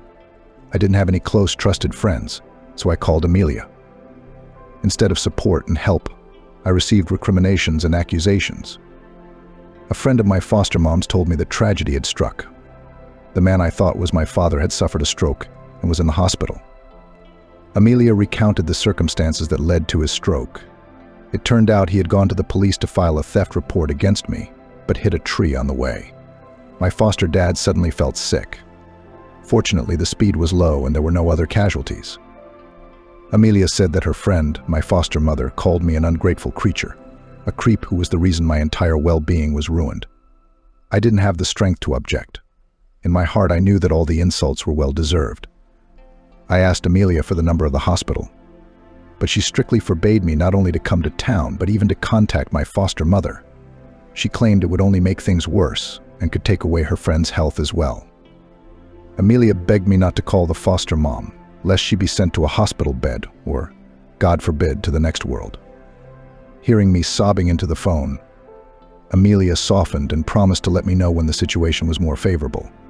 She also agreed to go to Michael's dorm to see if anything bad had happened to him. I waited impatiently for news. Soon I heard from Amelia that Michael had been offered a lucrative 6-month shift, and he had left, leaving some of his belongings behind. I calmed down a little, so my lover was fine, and anything could have happened to the phone. I'd called Amelia about once a month for 6 months now, but she asked me not to disturb the people I'd disappointed. I asked her to tell her on my behalf that I was sorry, but she said I was not yet forgiven. I asked if I could come, and she said it was too soon. The foster father needs to get stronger and the mother needs to calm down. Michael still hasn't contacted me, even though by my reckoning he should be back by now. I have to admit, I'm beginning to suspect that he won't even show up. More and more often I think that he turned out to be a fraud and, having embezzled the money and jewelry received from me, just decided to hide. Not only that, but my relationship with my biological mother began to deteriorate as I ran out of money. I sold my smartphone and bought a simple phone instead. But of course that's not enough. The biological mother works unofficially. Or rather, she's trying to work until she gets fired for absenteeism. She set me up to sort of support her. In addition, there were fights because her roommate started to show interest in me. So she tries to see me less at home. And today she sent me to the cottage to clean up the mess. The fact that I came by car made my mother mad, and John witnessed the ugly scene. She slapped me in the face. When she heard that I hadn't managed to bring anything from the cottage, she started to take away my bag. I had my cell phone and passport in it, so I clutched at the handle like a drowning man clutching at straws. These things were my last hope that everything would work out, my last link to the people who were really close to me. It's a good thing you, John, didn't go and get me out of there. I myself realize how wrong I was to take money from people from whom I saw only kindness and care. It turns out they were right about Michael, too. I wish I'd believed them and hurt them by doing that. It was her own fault. But the punishment the foster parents received for their kindness was completely unfair. If Emily had been a little braver, she would have gotten down on her knees and started apologizing. But she feared that they really had cut her out of their lives and didn't want to see her. Even more, she feared that her father would be made worse by her appearance, especially since she couldn't pay back the money she'd taken. Emily was silent. Michael didn't say anything either. Deborah shook her head and didn't beat around the bush. The girl had made a mess of things. But I'm not judging. A young crush can sometimes push even much wiser people into rash behavior. You know, Michael, Emily is absolutely right to apologize to the people who raised her. I understand that she fears their reaction, but it's better to apologize in person to their faces than to cowardly make excuses through an outsider, even a close family friend. Torturing people like this and living in uncertainty herself is wrong. Her biological mom, as I understand it, needs to be rescued from alcoholism. But unfortunately, you can't help someone who doesn't want to. Forcing healthcare against one's will is a hopeless endeavor. There's flavored tea in the cup. Deborah turned to Michael. Michael, are you on shift tomorrow? Realizing what the orphanage attendant was getting at, the cab driver completed her thought by suggesting Emily. How would you feel about going to your town tomorrow morning without putting it off? Especially since tomorrow will be Saturday. Do you think your parents will be home? The confused girl couldn't believe that right now she had a chance to try to correct the mistake she had made. So she nodded silently. Deborah smiled contentedly. Well, if you have to travel to another city, then you should have time to rest. So Emily, I'll organize a sleeping place for you. Michael, I suggest you stay too. There's a spot on the couch in the break room. Or do you want to go back to your place? Michael, after some thought, decided to stay at the shelter. We'll leave from here tomorrow morning. I don't see the point of driving back and forth across town. So, Deborah, I'll take you up on your kind offer. It seemed to Emily like a miracle she'd given up believing in. The desk clerk put the girl up for the night and went back to Michael. As much as he wanted to talk more with the wise Deborah, she firmly ordered him to rest. Michael, you know I'd love to talk to you, but you have to be on the road tomorrow. If you could just be supportive of the girl. Well, the fact that she trusted a scumbag man, that's every other girl in the orphanage. But the story about the money she took from her foster parents is a little more serious. It's a good thing Emily didn't shy away from it. Although it would have been easier to keep quiet and create an all-white and fluffy image. So she's a good girl. You should watch her. Michael just waved her off. "Oh, Deborah, do you all need someone to team up with? I have a history of prison. You know that. And we're almost 12 years apart in age. No, Emily's beautiful, but she's not for me. And after my divorce from my wife, I can't find the strength to trust a woman again."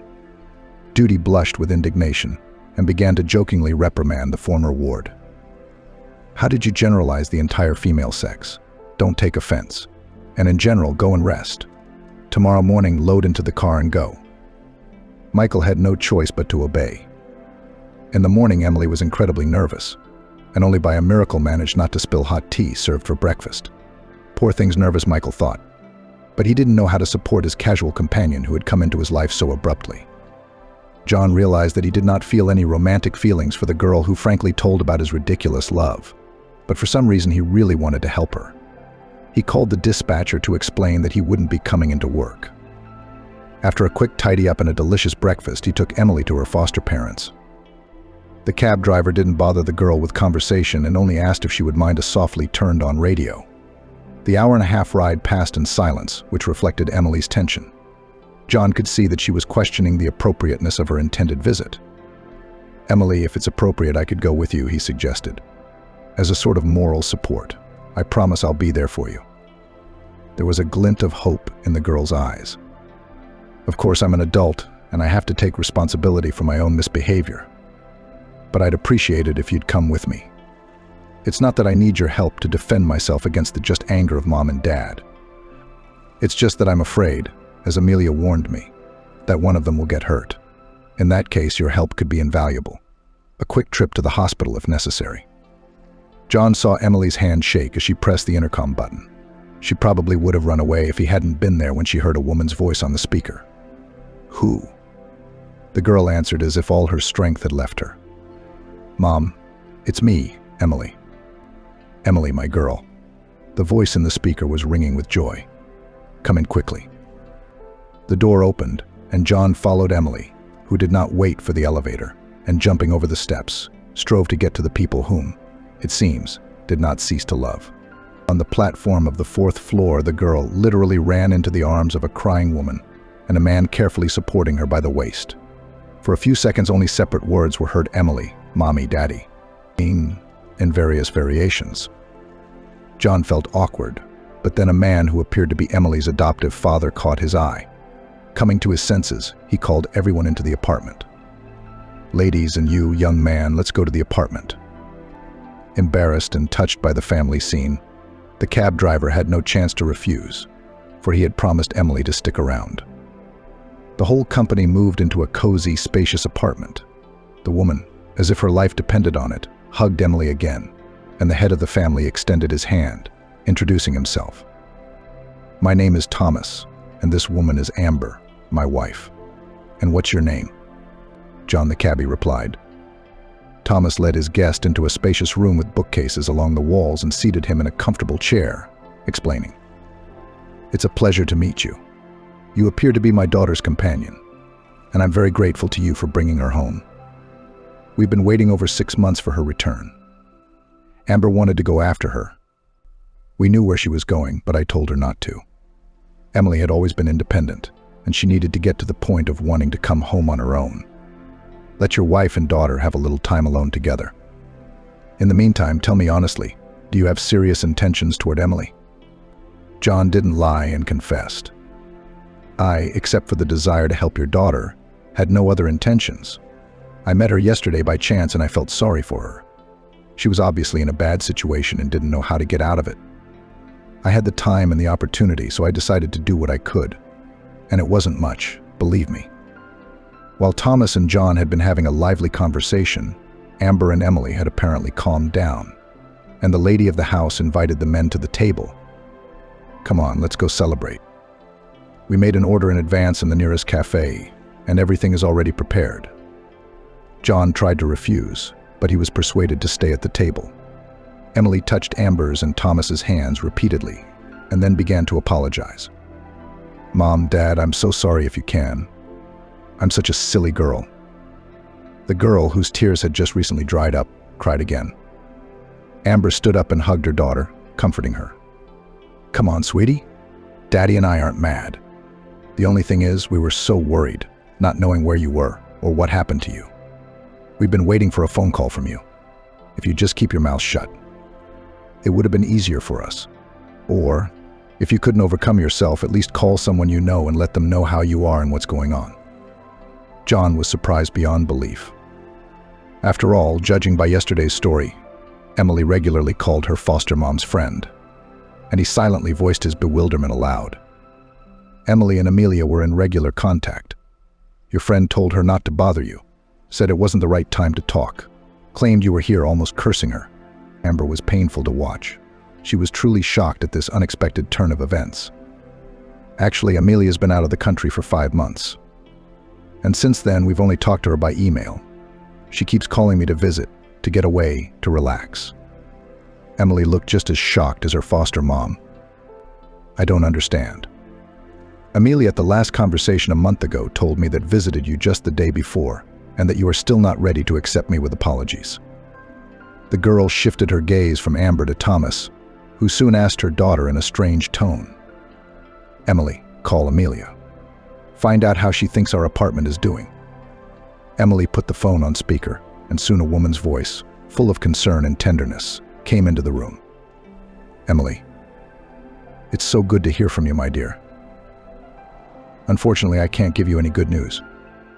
Thomas is still not well. He's back in the hospital, and the doctors even hint that his days are numbered.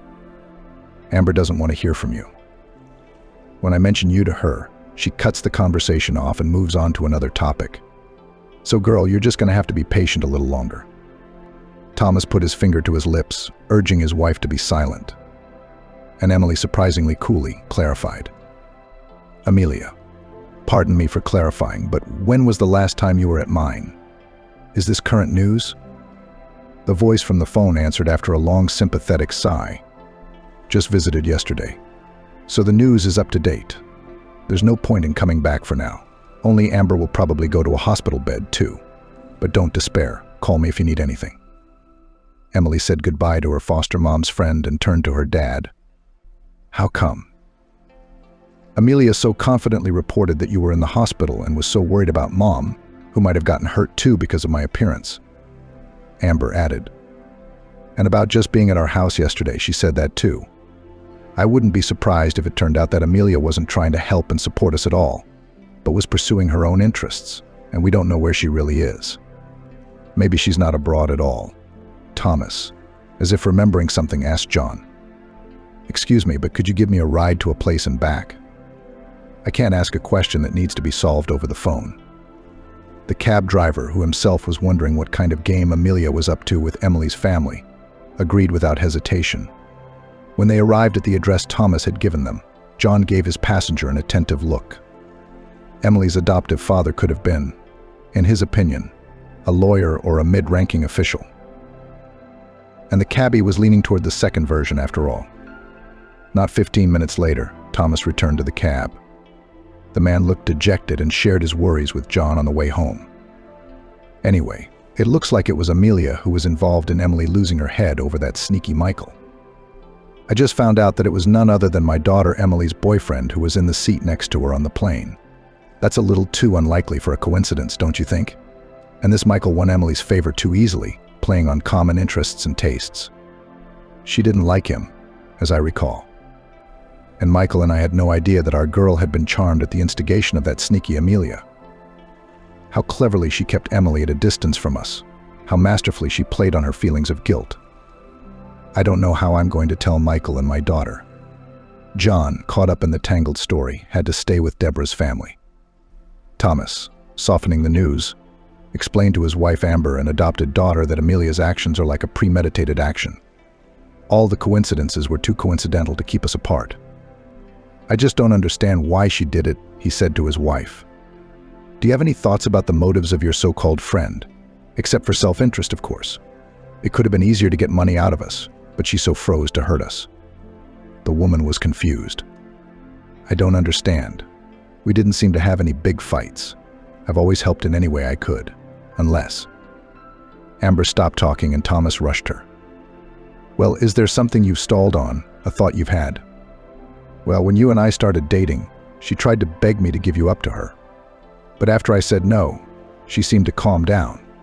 But a 25-year-old grudge can't be the cause of this nightmare we've been living for months. Taking advantage of the silence in the room, John hurried to say goodbye, connecting with his family. Well, I wish you all happiness. Goodbye. Thomas once again thanked the cabbie for his concern. Amber handed over a bag of tissues from the cafe. These aren't even open servings. Take them. Don't say no. At least it'll save you a few times the trouble of cooking. John was returning to New York, which had become his temporary home, and he was glad that he had not passed by someone else's misfortune.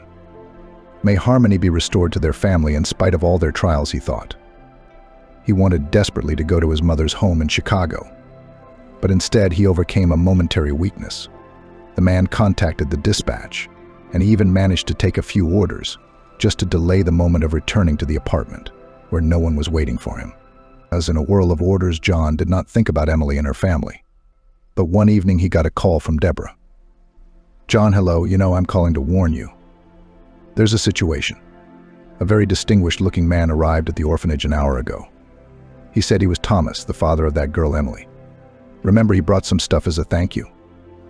I don't know what for. And then he asked for your phone number. I left it in my office under false pretenses, so I thought I'd call and ask you. Did you have any problems with this passenger? Can I give this unexpected guest your phone number? The cab driver was surprised, but answered. It's fine, my dear Deborah.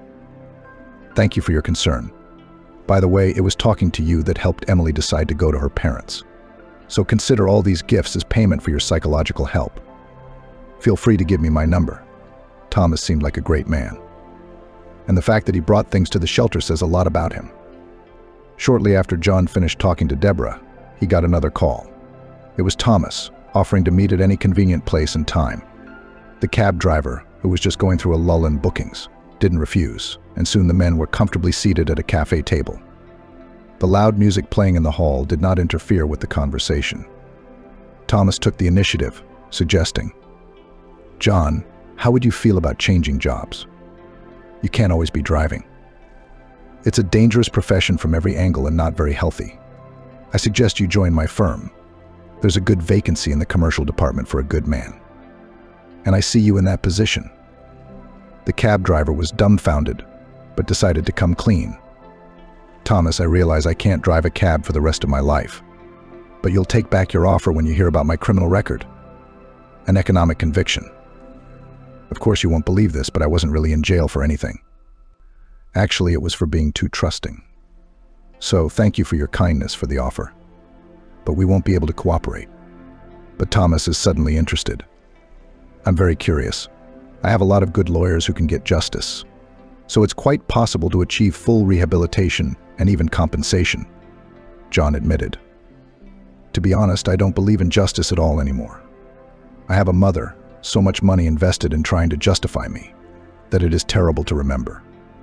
Only a good apartment had to be exchanged, and it was no use. I'm afraid it won't work now.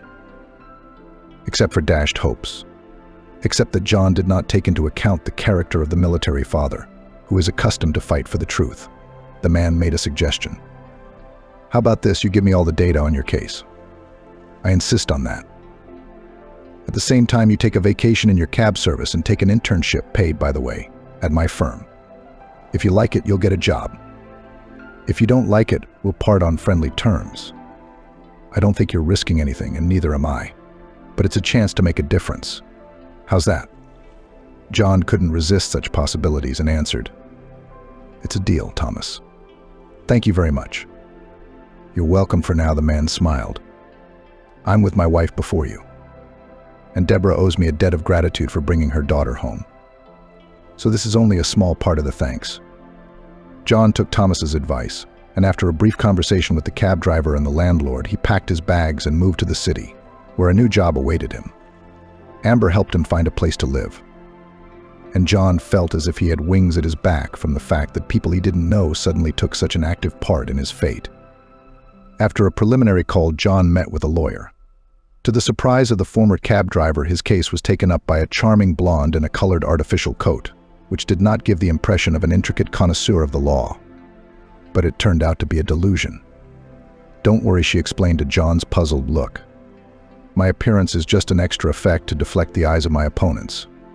I'm just coming back from a meeting, and without too much modesty, I'm bragging that justice has won."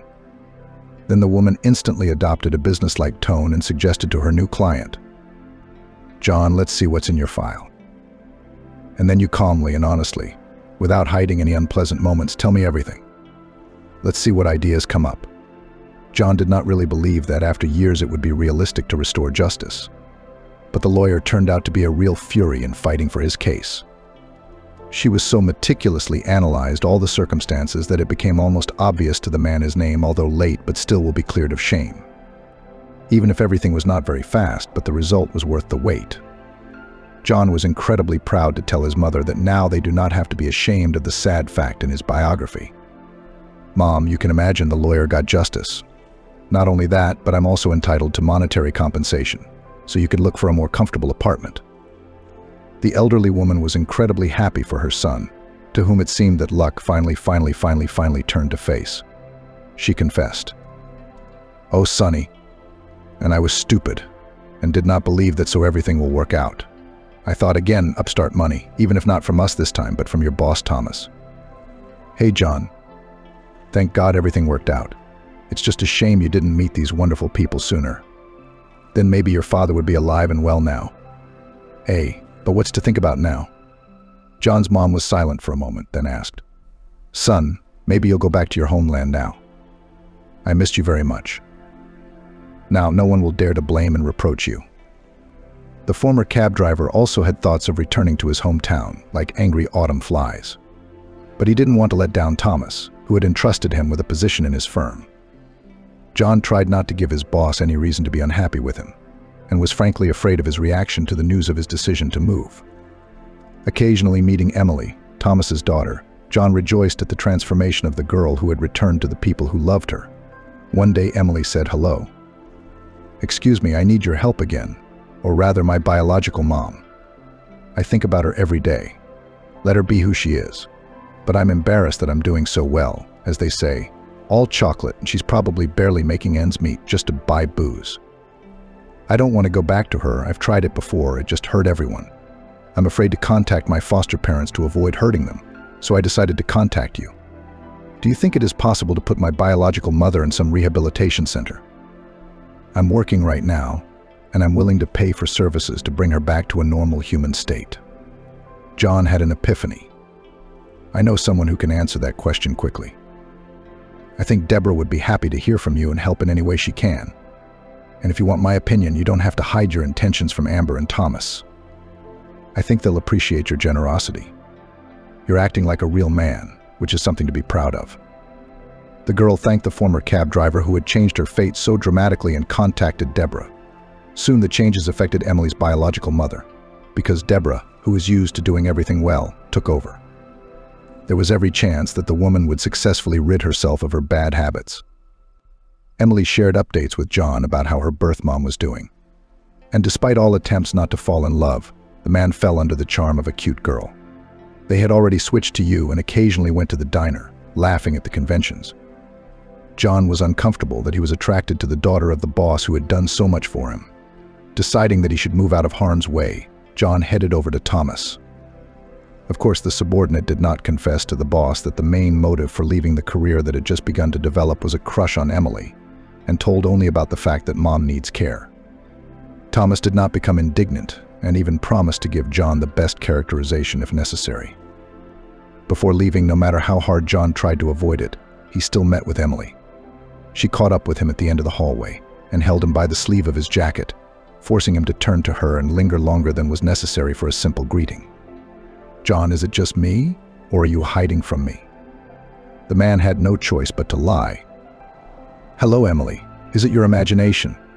It's just that I'm getting ready to move and have to do everything almost on the run. So I apologize if somewhere maybe I ran by without stopping."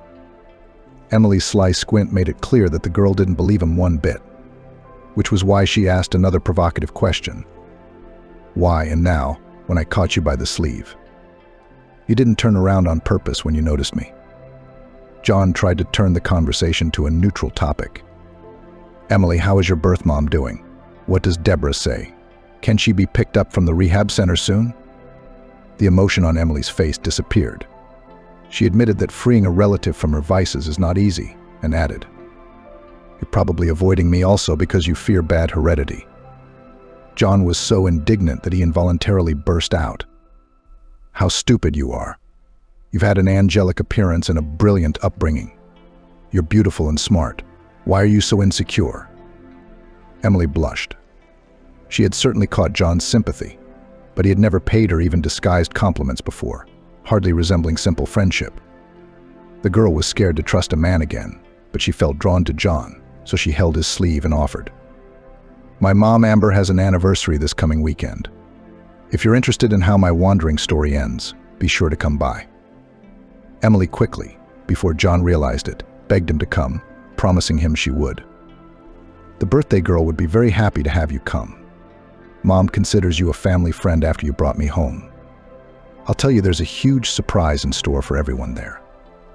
Later, John received a formal invitation from Thomas and headed to the celebration at the appointed time, not even realizing how memorable it would turn out to be.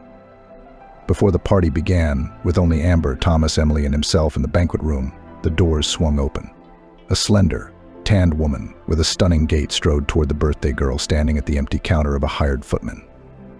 Emily, seeing the guest, purposely went behind John's broad back and pulled out her cell phone. The woman, walking up to Amber, began her congratulatory speech.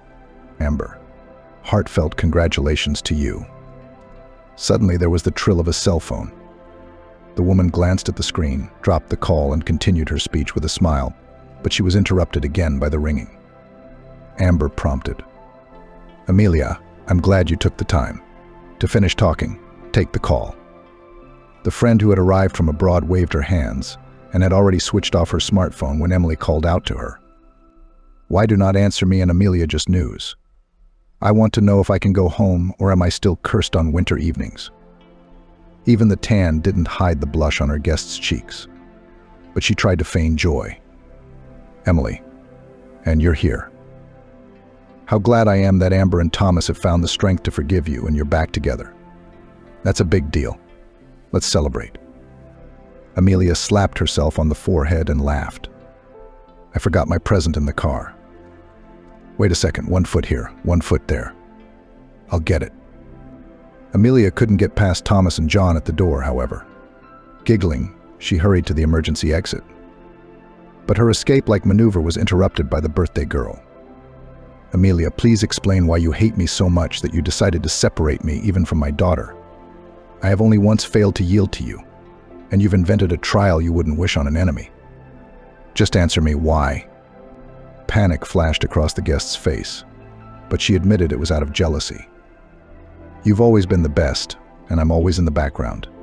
You think it's easy to fall short. I've been looking for your weakness for a long time. Your husband turned out to be your husband, so I went after your daughter with the help of Michael the catcher. Then it was a matter of technique. You can't prove my guilt, and you can kiss your money goodbye." But Amelia was wrong. Thanks to Thomas's connections, Michael was extradited, and together with Amelia he was put under investigation. A little later, they were sentenced. Emily and John's relationship grew more tender by the day.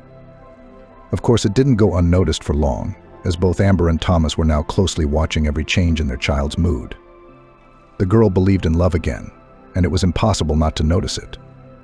John already had his labor book in hand when his boss invited him into the office where his wife and daughter were already there. Smiling, Thomas said, "Now that's a role I never thought I'd ever find myself in, but John seems to be too decent. My wife and I have long noticed that you have a soft spot for Emily and are trying to keep your feelings in check. Well, we don't mind you two dating. We even agree that the two of you should go to your homeland to think about and decide where you'd like to live. Amber and I agree to whatever you decide in advance." John and Emily couldn't believe their happiness. After a visit to the man's mom in her hometown, they decided to take her in and settle closer to the girl's adoptive parents. This decision satisfied everyone without exception.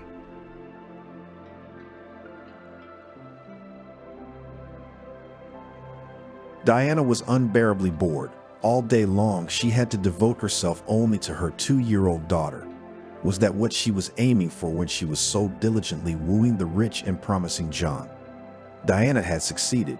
She married him, But it wasn't how she'd envisioned a wealthy family life. In Diana's dreams, it looked different. She imagined how Mary will travel abroad, dine only in expensive restaurants, visit beauty salons, and lying by the pool, sipping cocktails. In reality, it didn't work out that way. John worked all day, and yes, she was not mistaken. He was a very promising young man. He had recently purchased a large 2-story cottage in an elite area of the city. However, the repair was not yet finished, and even now on the second floor of the incessant drilling, knocking workers, talking in an incomprehensible language. Immediately after the wedding, John insisted on having a child, which Diana was not ready for. She has long tried to persuade her husband to live for himself, but the man was adamant. At the time of the wedding, he was 30 years old, and he was ready for fatherhood.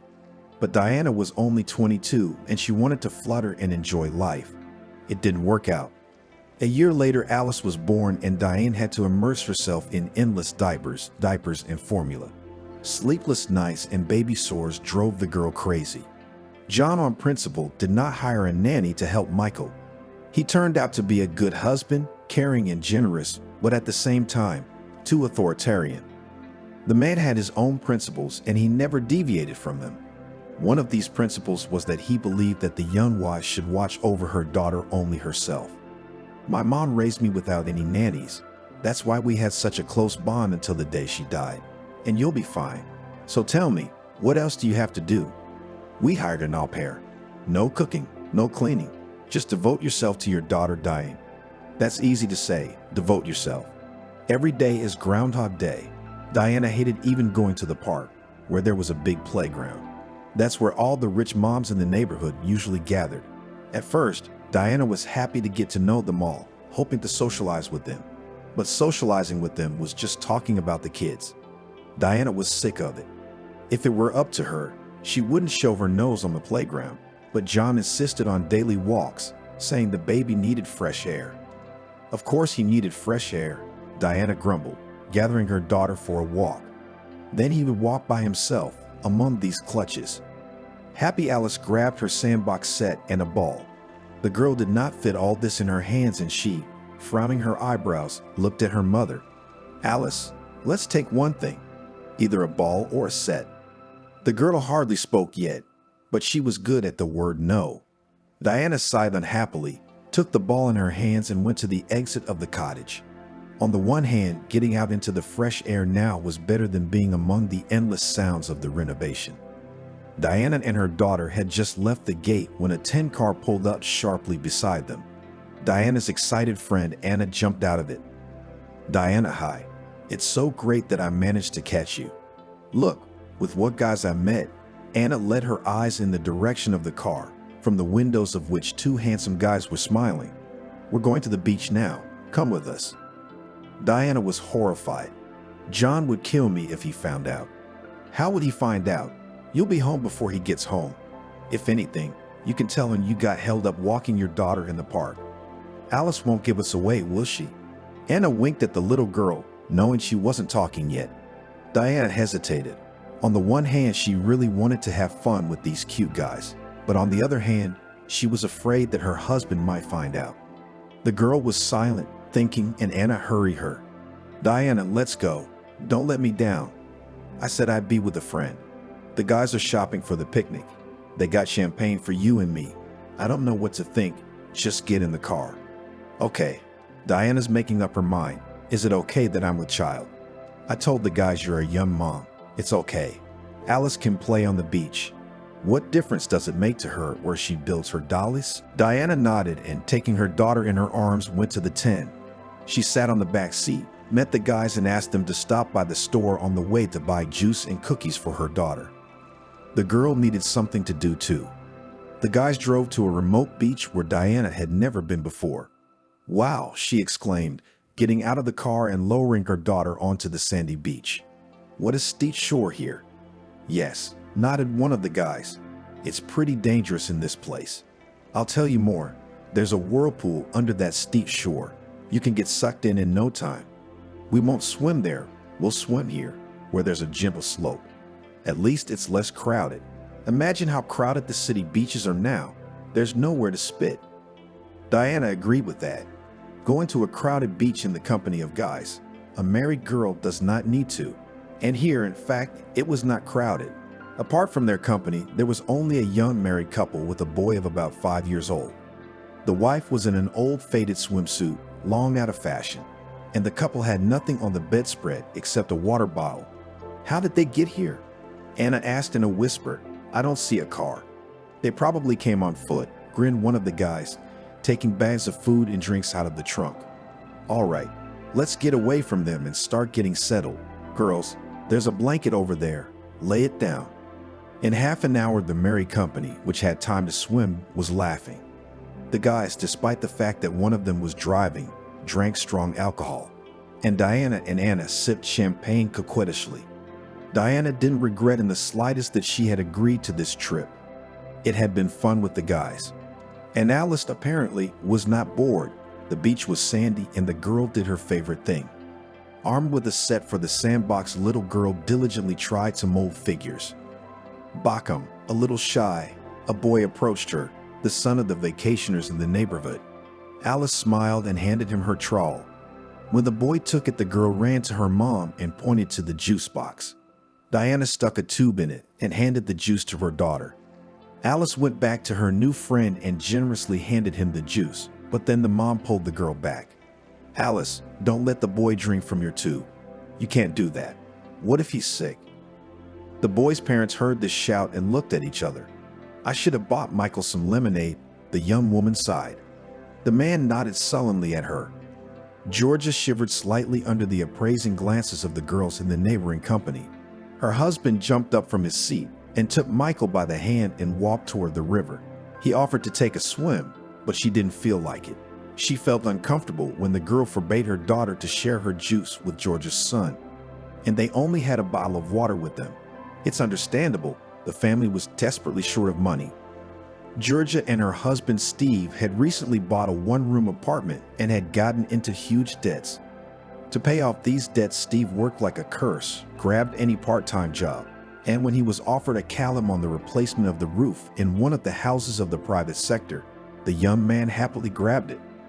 Of course, safety in such places was completely absent, and Steve did not hold on to the roof and collapsed, suffering injuries. It took him several months to recover, and he was unable to work during that time. Georgia's nurse's salary was barely enough to pay the rent and buy a rudimentary set of groceries, and the family still had to pay for kindergarten, buy him clothes, and wanted to treat the child sometimes, which unfortunately happened less and less often. Steve didn't work, debts were piling up, but Georgia didn't despair. Nothing. Steve is a very hard-working man and is almost well. Pretty soon he'll be back to work and the family will be back on their feet, paying off their debts. Today Georgia had a rare day off and she wanted to get away with her beloved family. They'd chosen this normally deserted beach to get away from people. It didn't matter that it was a 40-minute walk to the beach. As luck would have it, this rowdy bunch of guys rolled in and ruined Georgia's mood. She knew one of the guys visually. He'd gone to the same school as her and lived not far from her parents. The rest of the merrymakers were unfamiliar to Georgia. The girl immediately noticed the arrogant, appraising look the girl's mom gave her, and she felt a little ashamed of her old swimsuit. Well, so be it. Immediately restrained Georgia. Let me wear a swimsuit of 100 years ago, but next to my beloved husband and son. I'm happy with them and someday we'll have everything. The company was walking very cheerfully, noisily splashing in the river, loudly clinking, laughing. The little girl was left to herself, and it was evident that she was very glad when Michael joined her in her games. But then the girl's mother shouted at her and Georgia realized that the rest was ruined. Steve, I'm tired. Why don't we go home? She said quietly to her husband. The man looked at her shrewdly. He understood his wife with half a word. Well, let's have one last rinse. Are you coming? Georgia shook her head in the negative and Steve, shouting to the son, went with him to the river. After a while, Diana, who was already quite tipsy, noticed that the couple resting in the neighborhood began to gather. Oh, at last, she wrinkled her pretty nose. Finally, they are leaving. I do not like that my Alice with this boy plays. They are like that. What are they like? Asked Diana one of the guys with whom she was having fun. I know this girl. I went to school with her. She's all right. And her husband seems to be quite normal. Diana shrugged uncertainly and turned away from the couple. Let's have a drink, she said cheerfully and grabbed a shot glass with strong alcohol, as they had long since finished the champagne with Anna. The girl Alice stood on the sand and sadly watched her new acquaintance, a boy Michael, taken away from the beach by his mom and dad. The girl kicked the ball with all her might, and it rolled down the beach and rolled down a steep cliff. Alice ran after the ball. The girl ran up to the cliff. The ball was not visible. Alice carelessly hung down, trying to see it in the water. Through the loud laughter, no one but Anna heard a slight shriek and a splash of water. Anna looked around and didn't immediately realize that something was wrong. When she did, she shouted loudly, "Diana, where's Alice? Where is your daughter?" Diana looked around with a dazed look. Where is she? Where did she go? She didn't run away. She fell in the water. I heard a splash. As if on cue, the whole group jumped to their feet and ran to the steep bank. There were circles in the water, and in the center of those circles, Alice's ball floated orphaned. Diana abruptly began to sober up and was thrown into hysterics. "Alice, daughter, I can't swim, somebody jump in. Save my daughter." The girl threw herself on the guys' chests. But her new acquaintances stood there with their eyes down. They had warned in advance about the whirlpool in this place, and they didn't want to drown because of a girl they didn't know and her child. Diana howled and tried to push the boys to the shore to save Alice, but they froze in place. And then, past the standing guys and the girl struggling between them, a male figure flashed by lightning and dived into the water. "Steve, what are you doing?" There was a shout behind them. It was Georgia, literally dragging her son by the hand. She and her husband hadn't gotten far before they heard Diana howling. Steve instantly realized what was going on and reacted with lightning speed. Georgia and Michael ran to the shore and now, along with the others, kept their eyes on the water closing over Steve. The time dragged on for an agonizingly long time. It was only a few seconds, but it seemed an eternity to those standing on the shore. It was little Michael who was the first to fall. The boy roared loudly and began to call for his father. Then Georgia screamed. Panic grew. The girl's head appeared on the surface of the water with her eyes closed. Steve came up next, struggling to breathe and trying to push the little girl out of the maelstrom. It was obvious that the man was exhausted. The boys on the shore fussed. They scrambled down and, getting as far into the water as they could, held out their hands to the girl. Steve pushed the little girl toward them as hard as he could and disappeared under the water in the same second. Diana ran around the shore around her pale daughter, who was being given CPR by Anna, and ignored the wailing Georgia, whose husband had not come out of the water. Alice coughed and opened her eyes. Diana exhaled, grabbed her daughter in her arms, held her tightly against her. The girl cried. Only then did Diana look at Georgia running along the shore and almost tearing her hair out. What about her husband? One of the boys shook his head mournfully, lowering his eyes. That was it. He didn't swim out. I guess his strength's gone. Should we call whoever we're supposed to call in these cases? Police, divers? How do we call them? Diana was confused. Then everyone will know. Find out what? The guy didn't understand. That we were here. My husband will know. No, I can't let that happen. You call whoever you want. I'm calling a cab and I'm leaving. Diana, what are you doing? That man drowned to save your daughter, and he saved her, a dazed Anna exclaimed. And I'm grateful to him for that. Diana cut him off, but my husband mustn't know anything about it. The bewildered Georgia floundered on the shore. The girl hardly realized what was happening and did not notice the moment when the cab left the beach with her daughter. It still seemed to Georgia that Steve was about to surface, and she ran, keeping her eyes on the water. When the police arrived, she begged them to get her husband out, and Michael roared loudly as he sat on the sand. At some point, Georgia came to her senses, walked over to her son, and slumped down beside him and put her arm around his shoulders. Don't cry, son. Daddy will be all right. He must have surfaced somewhere else.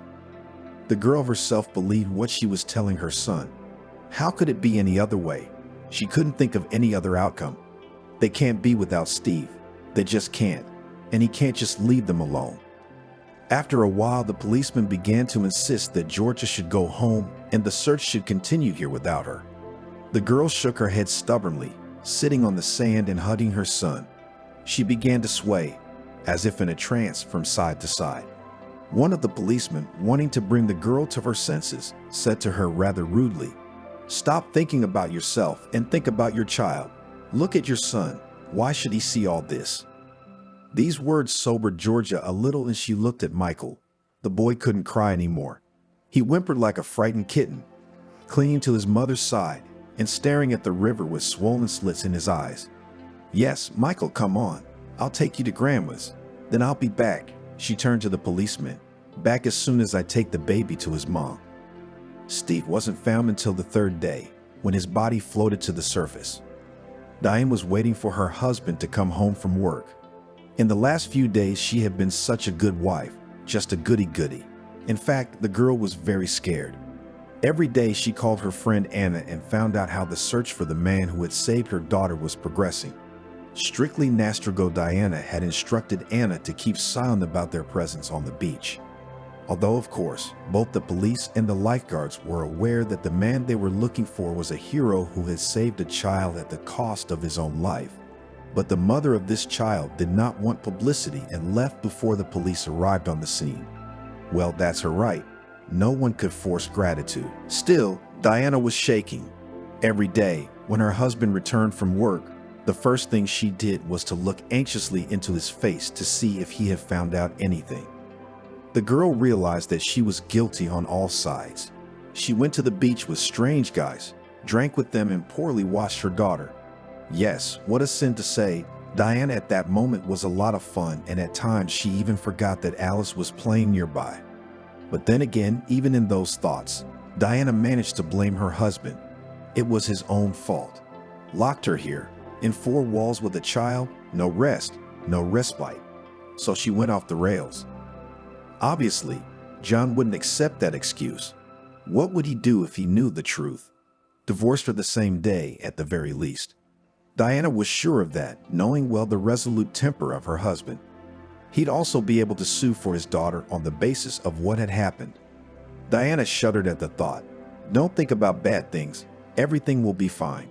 Anna would keep quiet. It was her fault, and the boys knew nothing about Diana. Through the window opened on the first floor, Diana heard her husband's car drive into the yard.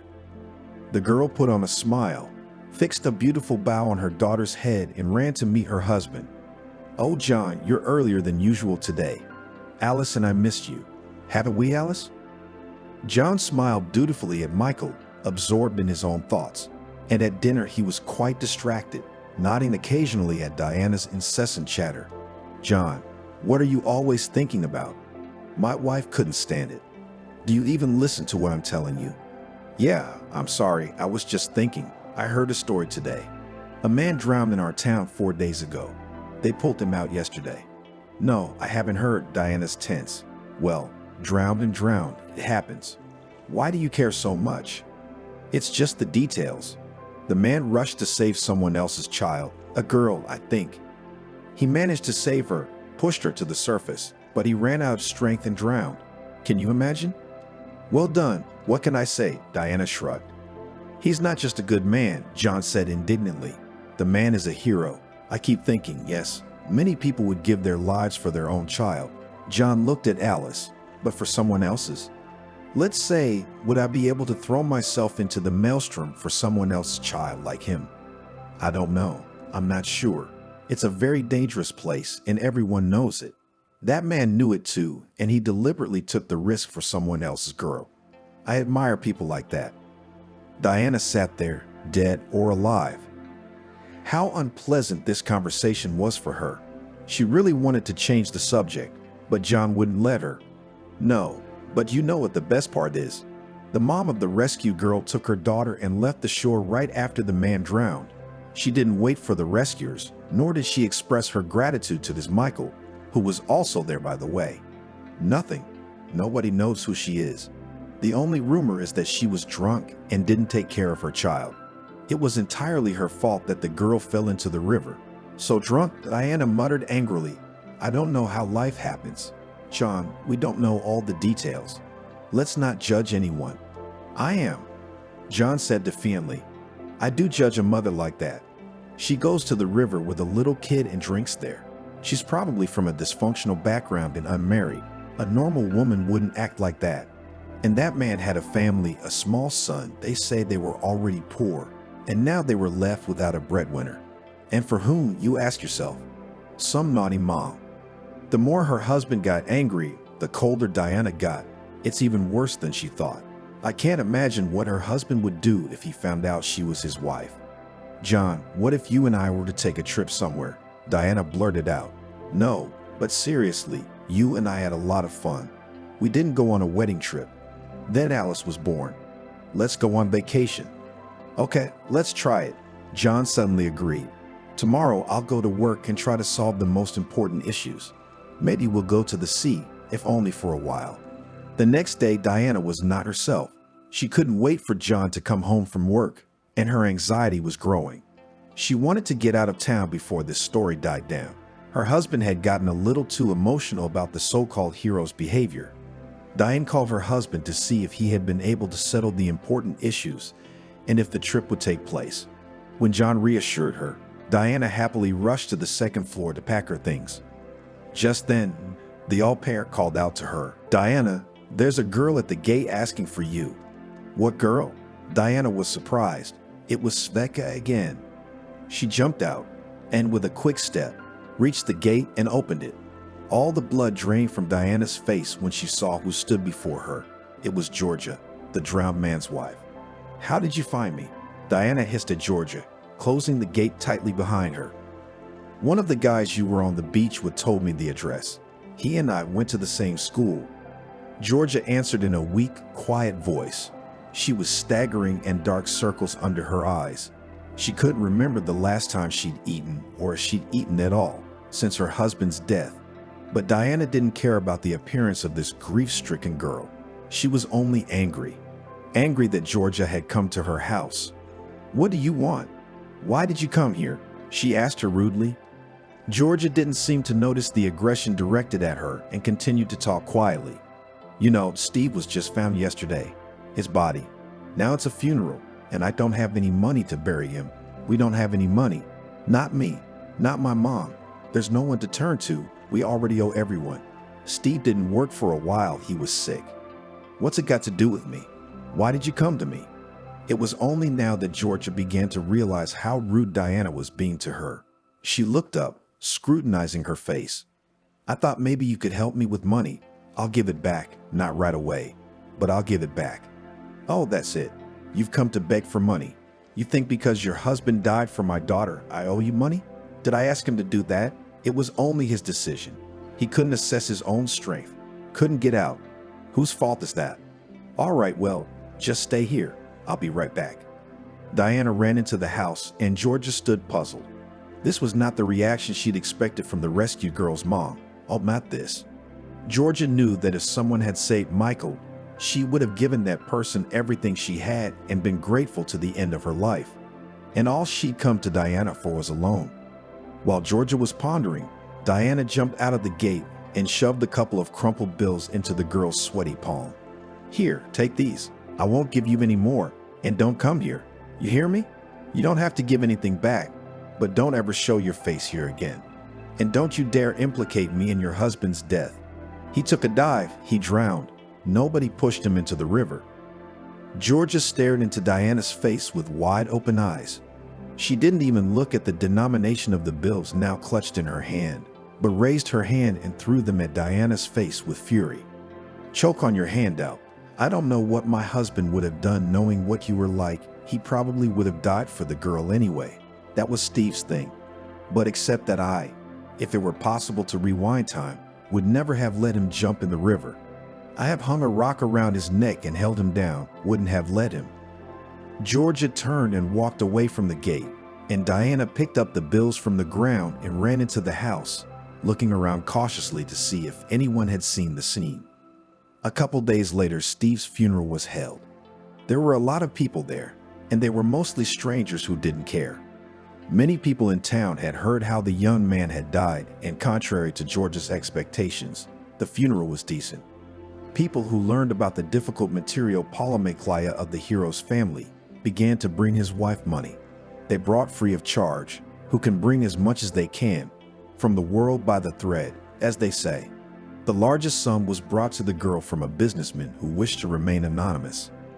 The girl could not believe how many people around her cared and was immensely grateful to them. But the loss of her husband was very hard for her.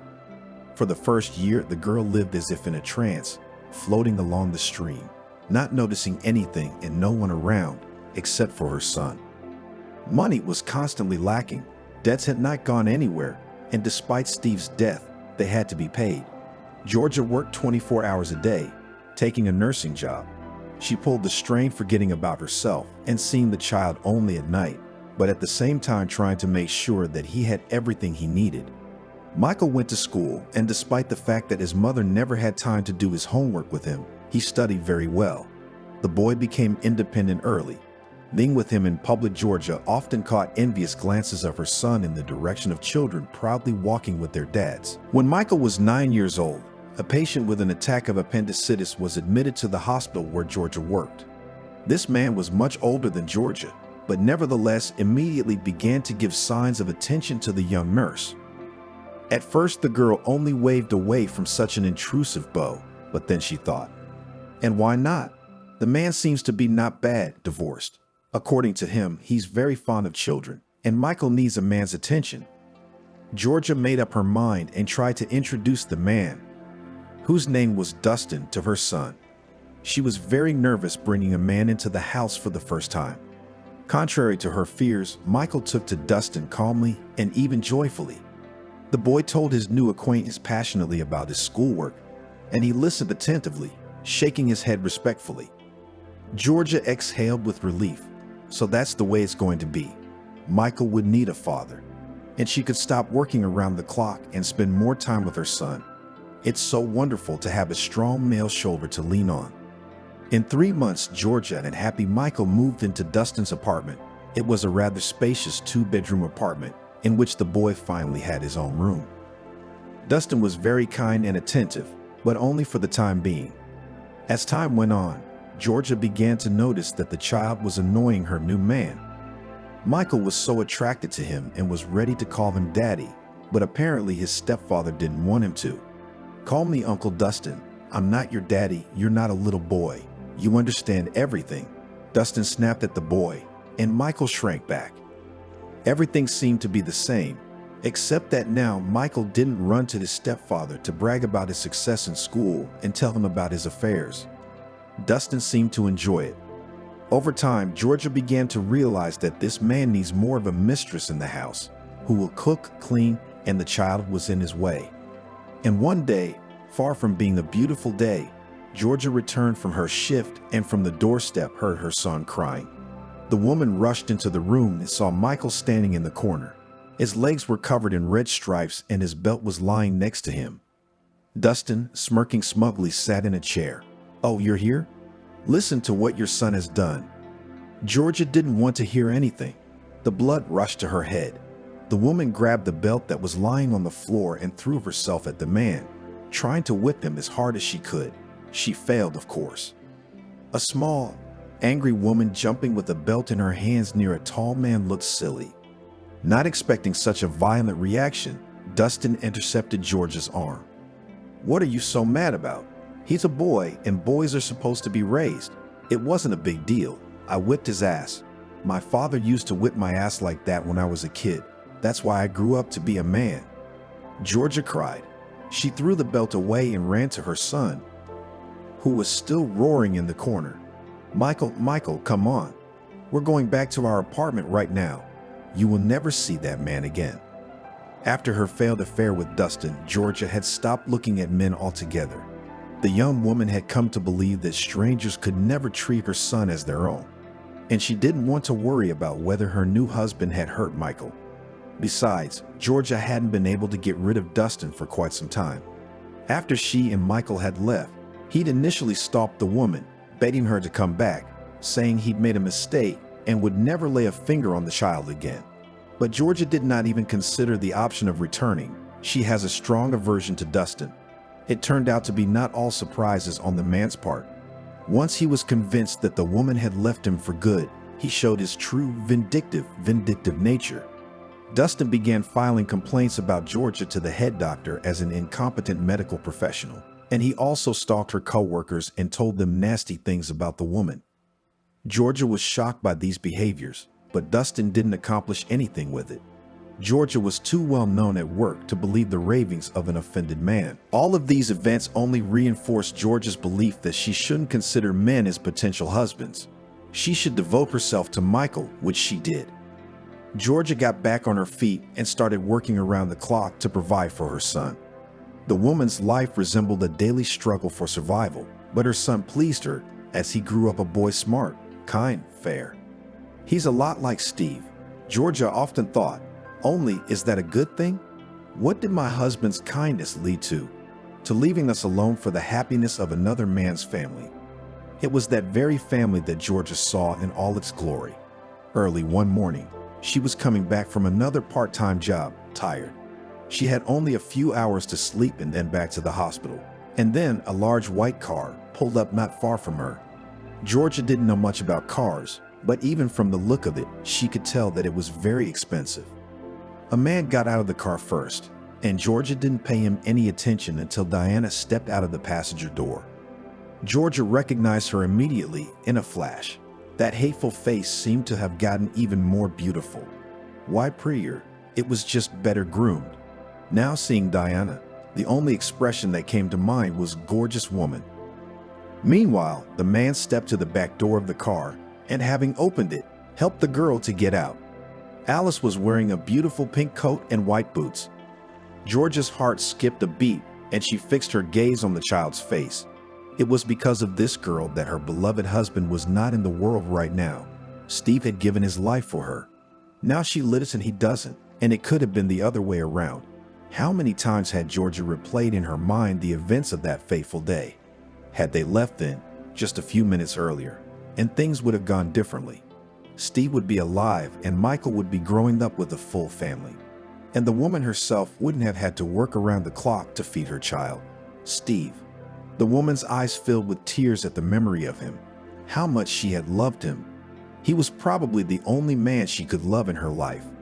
Beautiful and happy as they looked, the family disappeared behind the doors of a store and Georgia watched them go. She hated Diana, but worst of all, and she couldn't help it, she seemed to hate the girl too. Her mind knew that the child was innocent, but her heart fluttered at the sight of this pretty little girl whose life her husband had given his own. Diana shrugged her shoulders shakily. She hadn't noticed Georgia, but she could feel the hateful stare directed at her back. Diana was already angry. Today, John had decided to take the day off, and instead of taking her to a restaurant, instead of devoting it to Michael, for example, he'd taken her and his daughter to a children's clothing store. Although Alice's closets are already overflowing with clothes. What's a baby need? She's growing up, and some things do not even have time to wear once. And John liked to pamper the girl, dressing her up in expensive things, giving her toys without measure. What else can he do? Grinned Diana. He won't have any other children. At least he's made peace with that. As soon as Alice was a little older, her husband began to insist on having a second child. John wanted a son. He just wanted a son.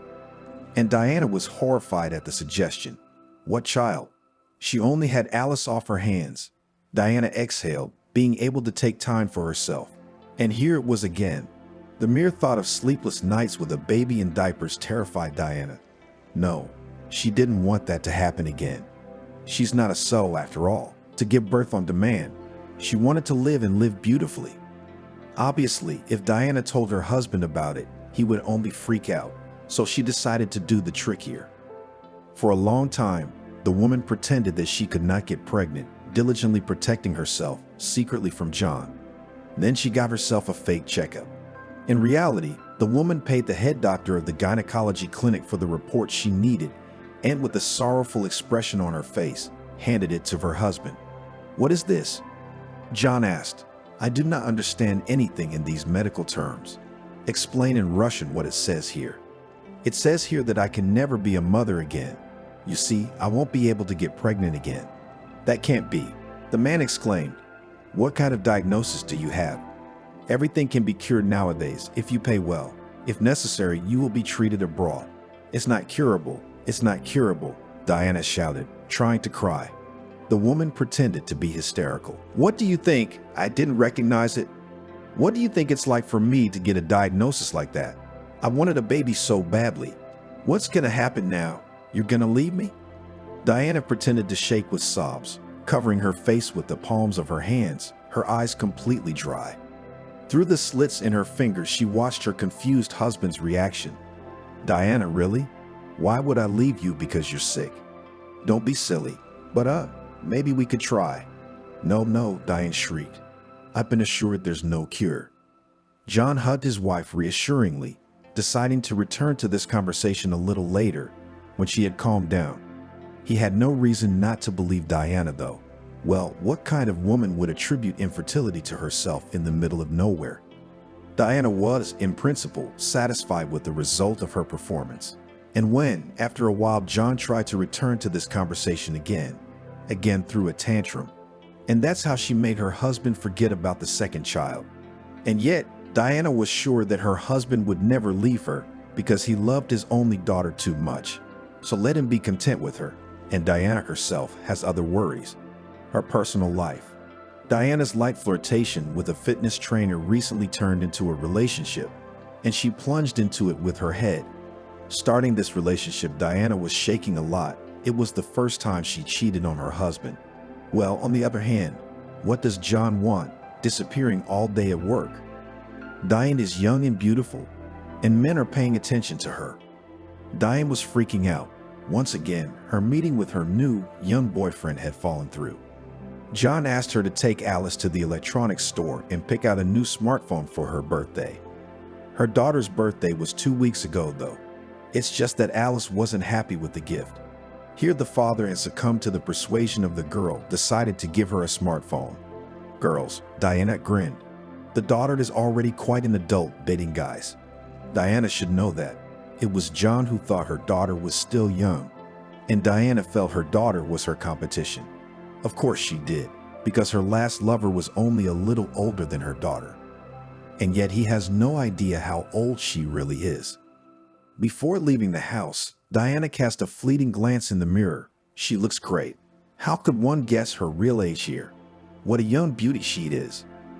Diane hurried on, seeing that her daughter was already waiting for her in the car with John's driver. That asshole could go off on her own. Although where can she go without money? "Mom," said Alice when the woman got into the car, "maybe I'll drive myself. I know you have no desire to ride with me. Give me the money, I'll grab my friend and we'll pick out a smartphone with her." The girl squinted slyly. "No way," sighed Diana. "Dad said to go together, so let's go." In the store, Alice went straight to the most expensive gadgets. "We should think." Diana, "we do not consider the cheap ones." This one poked her daughter's finger at the latest model of iPhone. "Mom, buy this one, but make sure it's gold colored." "Young man," Diana called the sales consultant, "please come over." Calling the guy, Diana thought to just give him instructions to make a purchase, but when he came closer and the woman saw him, decided to do something else. "We want to buy this smartphone. Tell us about its features." The guy spoke, and Diana admired how young and handsome he was. No, really very handsome. Wavy black hair arranged in a fashionable hairstyle, and the eyes. You only see eyes like that in the movies. They seem to radiate light. Diana used all her tricks and flirted with the salesman, not noticing that her own daughter also keeps her eyes on this guy. The guy, on the other hand, only noticed the girl. He was inexperienced in the games of adult women and saw the girl's admiring gaze at once. "Oh, you explain everything so well. It's rare to find such competent salesmen. I'll probably become your regular customer," cooed Diana when the guy made the purchase. "We are always happy to see you in our store," smiled the salesman on duty. Walking from the hip, Diana moved to the exit of the store. A disheveled Alice walked beside her. Near the door, she turned around to see the guy she liked once again. Her cheeks flushed when she saw that the salesman was also looking at her. "Michael." Alice whispered the name she read on the guy's name tag. I'll come here again, Michael. Mother and daughter reached the house in silence, but when they got out of the car, away from the driver's ears, Diana seemed to realize, "Oh, daughter, and we forgot to buy you accessories for your phone. Headphones, a case for your new smartphone. All right, I'll go back to the store tomorrow and get it for you. What color case do you want?" "Don't, Mom," Alice got angry. "You don't have to go anywhere. I'll buy the cover myself. Will you stop fluffing up your old feathers in front of young boys?" "How are you talking to me?" Diana shrieked. "What do you mean, old feathers? Where do you see an old lady?" "Come on, Mom, you're not 18 years old anymore, and you're still looking at young guys. It's only Dad who doesn't notice anything. Of course, in front of him, you behave differently, and I'm already ashamed to bring my friends into the house. As soon as a less handsome guy walks in, you start parading around. You think I don't know where you go when your dad's at work, and how reverently you keep your phone close to you at all times." "Stop talking nonsense," Diana shouted. "And where do you stick your nose anyway? Are you trying to tell me what to do with the chicken's eggs? I don't want to hear any more talk like that. You won't if you don't go to today's store to wag your tail in front of the salesman. But if you continue to push him around, I'll tell Daddy, or I'll have him catch you in the act. I hate that you're lying to him, but I'm used to keeping quiet. I've been used to it since I was a kid. I don't think you deserve Daddy. I just don't want to disturb his peace of mind. I don't want to worry him." Alice shook a little. The first time in her life, she allowed herself to talk to her mother like that, although she had long been seething with indignation, seeing her mother's constant cheating. The girl did not listen to Diana's angry answer, but turned around and jumped out into the yard. She took out her cell phone and dialed her friend Alfia. She had recently turned 18 and her parents had given her a brand new car for her birthday. "Alfia, hi. Are you busy right now? Could you take me somewhere?" An hour later, the girls were sitting in the car and looking carefully at the huge glass doors of the electronics store where Alice had recently bought her smartphone. "It's still half an hour before the store closes." Alfia grumbled unhappily, looking at the time on the dashboard. "What are we going to sit here for so long? Let's go in and look at your handsome boy." "No," Alice was afraid. "I've only been here recently. He'll know I'm on purpose." "Of course he will. But isn't that what you want if you like him so much? How are you going to get to know him? Also, you forgot something. Is it okay that you're dating Oliver? You think he'd be so cool with you telling him you like someone else? Oliver's a complicated guy, and I don't think he'd tolerate that. Why do I have to think about Oliver right now? Who says I'm gonna make it with this guy? Maybe he has a girlfriend. Well, judging by your burning eyes, you'd move any girl," Alfia smirked. Half an hour later, the store employees began to disperse to their homes. In the crowd, Alice almost missed a tall guy who went out in the company of girls employees of the store. "There he is there," Alice shouted sharply, pointing her finger at the windshield. "Start the car, Alfia. Let's go after him." "Why are we going to chase him?" My friend was surprised. "Okay, as you say, it's not difficult for me. I can't see him now, of course, but by all appearances, the guy is in demand among the female sex. Look at all those girls chasing him." He walked with his colleagues only to the corner, and then saying goodbye, ran to the bus stop. The guy didn't notice the car following him. He was thinking about the girl customer he met in the store today. Her mom, of course, is a little strange, but they have the smell of wealth. The kind of smartphone they'd bought would take him several years to save up for. But for them, it must be nothing. Michael sighed. As much as he didn't like the girl, how could a simple salesman like her? "Mom, are you home?" "I'm home," Michael shouted as he entered the apartment. Georgia, who had just returned from her shift, had already prepared a flavorful curry for her son. "My hand, son," she looked out of the kitchen. "We'll have dinner now." How delicious it smells," squeezed his eyes, sitting down at the table. "When do you have time for everything? How many times have I told you, Mom? You are so tired. Come from work and rest. I am able to cook dinner myself." "I don't mind." Georgia waved her hand. "Come on, tell me, how was your day? What's new?" "I met such a girl today. She bought a phone from me yesterday with her mom, and today she came back to get a case for it. We got to talking. She's cool, you know? I thought a girl like that would never pay attention to me, but she hinted that she'd like to meet me. Tomorrow's my day off, and I'm gonna see her. And she has such an unusual name, Alice. I just don't know where I'm supposed to take her. She seems to be from a very wealthy family, and what can I offer her? A movie and a coffee shop? Georgia, who at the mention of the girl's name had an unpleasant prickling in her stomach, nevertheless paid no attention to it. I'll tell you what, son, if a girl really likes you, she'll be glad to go to a cafe with you. But I don't trust them, those rich ones. Why did they need simple laborers like us? And you should pick an easy girl, but that's up to you. Tell me, how are your studies going? When's the next session? Michael had finished 11 grades well and had a great desire to get a higher education, but Georgia could not afford it. They both realized that. Then the guy made an independent decision. Immediately after school, he got a job as a salesman, and after saving up some money, he enrolled in correspondence school. I will pay for my studies myself, he told his mother. I'll work and study by correspondence. It's no big deal. You're already out of your skin to provide for us.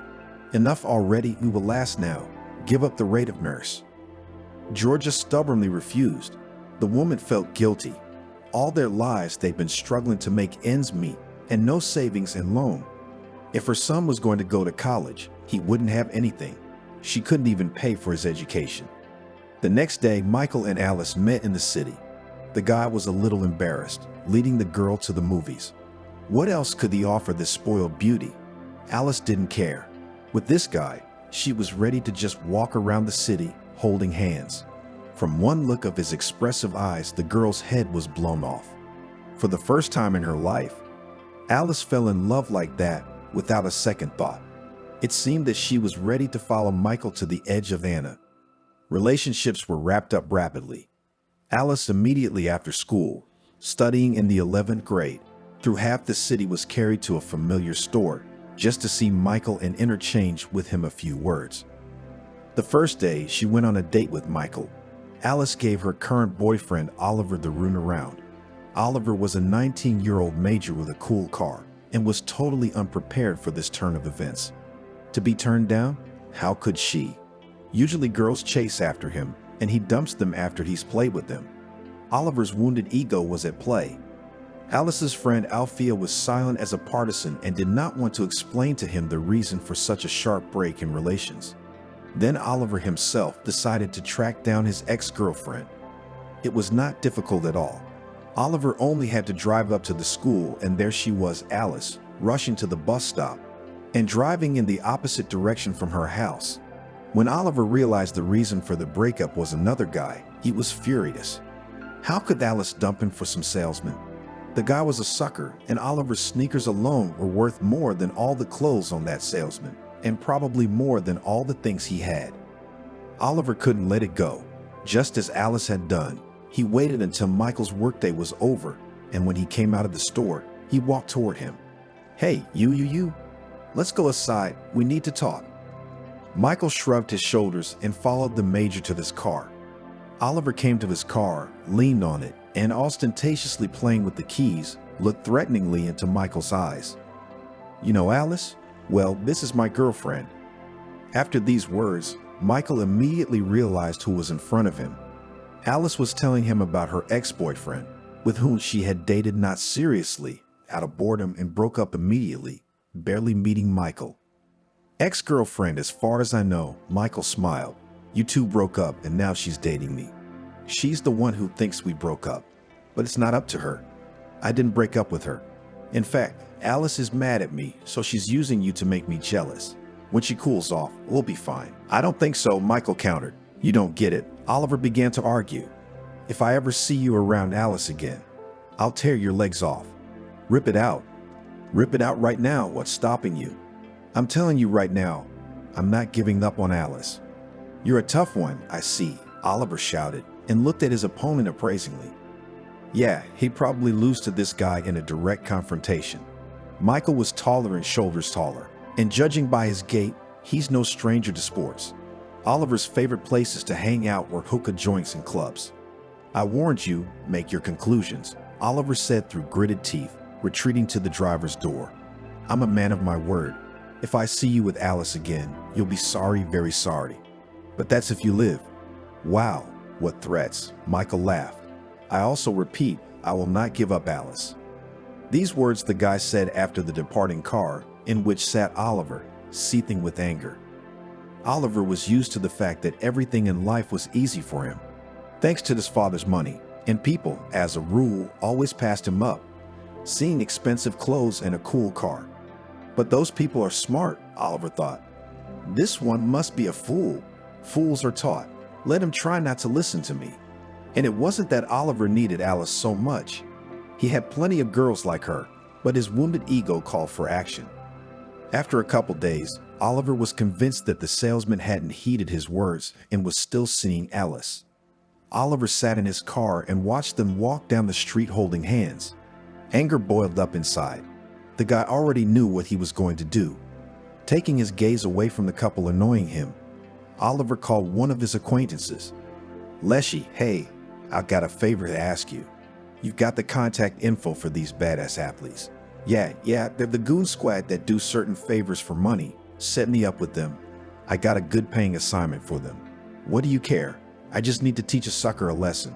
A good one. Oliver in his car was following Michael down a dark street. Michael had just seen Alice off to her house and had gone back on foot because the buses weren't running because of the late hour. He couldn't even call a cab. Oliver sneered, driving slowly. Oliver waited for Michael to enter the dark alley. In addition to the driver, there were 4 big, pumped-up guys of gangster appearance in the car. These guys were providing some services for a fee, and Steve went about them as completely badasses. We won't follow him for long, one of the jocks muttered. There's a good spot over there. He's about to make a turn and stop. We'll book him there, but let's talk terms right away. How do we take the guy down? Like cold turkey? Don't do the whole thing, Oliver shuddered. Just break his legs, that's all. Well, maybe he could spend the rest of his life in a wheelchair. Deal, said the jock, pulling his balaclava over his face. Keep in mind, if this guy points you out, forget about us. When they take you for one place, you better not even think about us. I can't be taken for this place, Oliver said pathetically. Do you know who my father is? We've heard, the jock muttered through gritted teeth. All right, client's turn stopped. Michael walked home happy, thinking about Alice. How'd he like this girl? At first, he thought that Alice is a major, but she turned out to be not spoiled by money and easy to communicate. At least in front of Michael, the girl never boasted of wealth and gladly went with Michael to the movies, walked around the city, visited inexpensive caves. And although Michael clearly felt their social inequality, still in the depths of his soul, he had a hope that they could do something. After all, the young people did not want to part in the evenings. Michael was walking with a slight smile on his lips when out of the darkness a big guy with a bat in his hand stepped toward him. His face was not visible, as it turned out later, not only because of the darkness, he was wearing a balaclava. At first, Michael didn't even get excited, thinking that he was mistaken for someone else. But then a man's voice sounded behind him, which seemed vaguely familiar. Well, we've met, just as I promised. Michael turned sharply to look at the man who was speaking. It was Alice's ex-boyfriend, who had threatened him a few days ago. Don't say I didn't warn you, Oliver grinned. I keep my word. Georgia was working the night shift, and it was business as usual, except that Michael wasn't returning her calls. That made the woman a little worried. Her son didn't call back after a while, as he always did. Georgia calmed herself with the thought that Michael must have fallen asleep after a long day at work. He still managed to go out with his new girlfriend after work. Georgia did not approve of the relationship, having learned that the girl was from a wealthy family. The woman thought that such relationships could not lead to anything good, but let them sort it out themselves. Georgia was especially upset in the morning, although the time was still early, but usually Michael had already gotten up for work. Not only had he never called back, but his phone was unavailable. The woman had barely waited until the end of her shift and was about to run home when she was called from her post. Georgia, can you drop off the case histories at the emergency room on the way? Yeah, sure, Georgia nodded, grabbing the papers. I'll do it, it's no problem. The woman went down in the elevator, and her heart clenched with a bad feeling. Already heading for the exit, she caught herself and rushed to the waiting room. There at that moment, they were carrying a patient from the ambulance on a stretcher. Imagine, a very young guy. They found him when it started to get light. We don't know how long he'd been lying there. He was beaten up, badly beaten. We need to get him to intensive care, the paramedic from the ambulance told the emergency room nurses. Georgia herself didn't know what force made her, approach the stretcher and look into the face of the beaten boy. Her heart stopped beating. Her eyes were covered with a veil. The woman fainted right in front of the stretcher. What's wrong with her? The paramedic was surprised. That's the nurse from surgery, right? Yeah, that's Georgia. She looked at the guy and collapsed right away. Must be someone she knows. What if it's... Oh my God, she told me she had a son that age. God forbid. Georgia came to her senses on the couch where the nurses had moved her. She remembered everything right away. The guy they brought in the ambulance. He's in the ICU, Georgia. Do you know him? Georgia jumped up off the couch and rushed out of the emergency room. It must be her son. I'm not mistaken, the nurse muttered. What a grief. Even though Georgia was a nurse, they wouldn't let her in the emergency room, no matter how hard she tried. We're gonna do everything we can to help your son, and you don't need to see him right now. Believe me, there's nothing you can do to help him now. Here, take his things from Al. The doctor put a bag of clothes in one hand and Michael's cell phone in the other. Georgia accepted it and absently pressed the power button. The phone, beeping merrily, blinked with a lighted screen. The screensaver showed his face pressed against the girl's cheek. There she is, his Alice, Georgia thought. Wow, how much did my son talk about her, and he never bothered to show a picture. Then numerous social media messages from this Alice girl simultaneized on the screen. Michael, where are you? Where are you? Why aren't you answering? Georgia clicked on one of these messages and found herself on the girl's page. What an interesting status she had. My favorite is the best in the world. Did she write that about Michael? Swallowing back tears, Georgia thought. Maybe this girl actually loves him. I'll have to tell her what happened, but later, when my son comes to his senses. And Michael must come to his senses. Otherwise, there's no reason for me to go on living. My son is the only thing that makes sense in my life. I've already lost my beloved husband once, but then there was Michael and there was something to live for. The girl Alice apparently saw that Michael was online and sent a bunch of new messages urging him to answer her. Georgia flipped down the screen. Alice's pictures flashed up. There she was at home. Yes, this girl is not a poor girl. Yeah, and here she was, apparently with her parents. Georgia fixed her eyes on the face of Alice's mother. The phone fell out of her hands.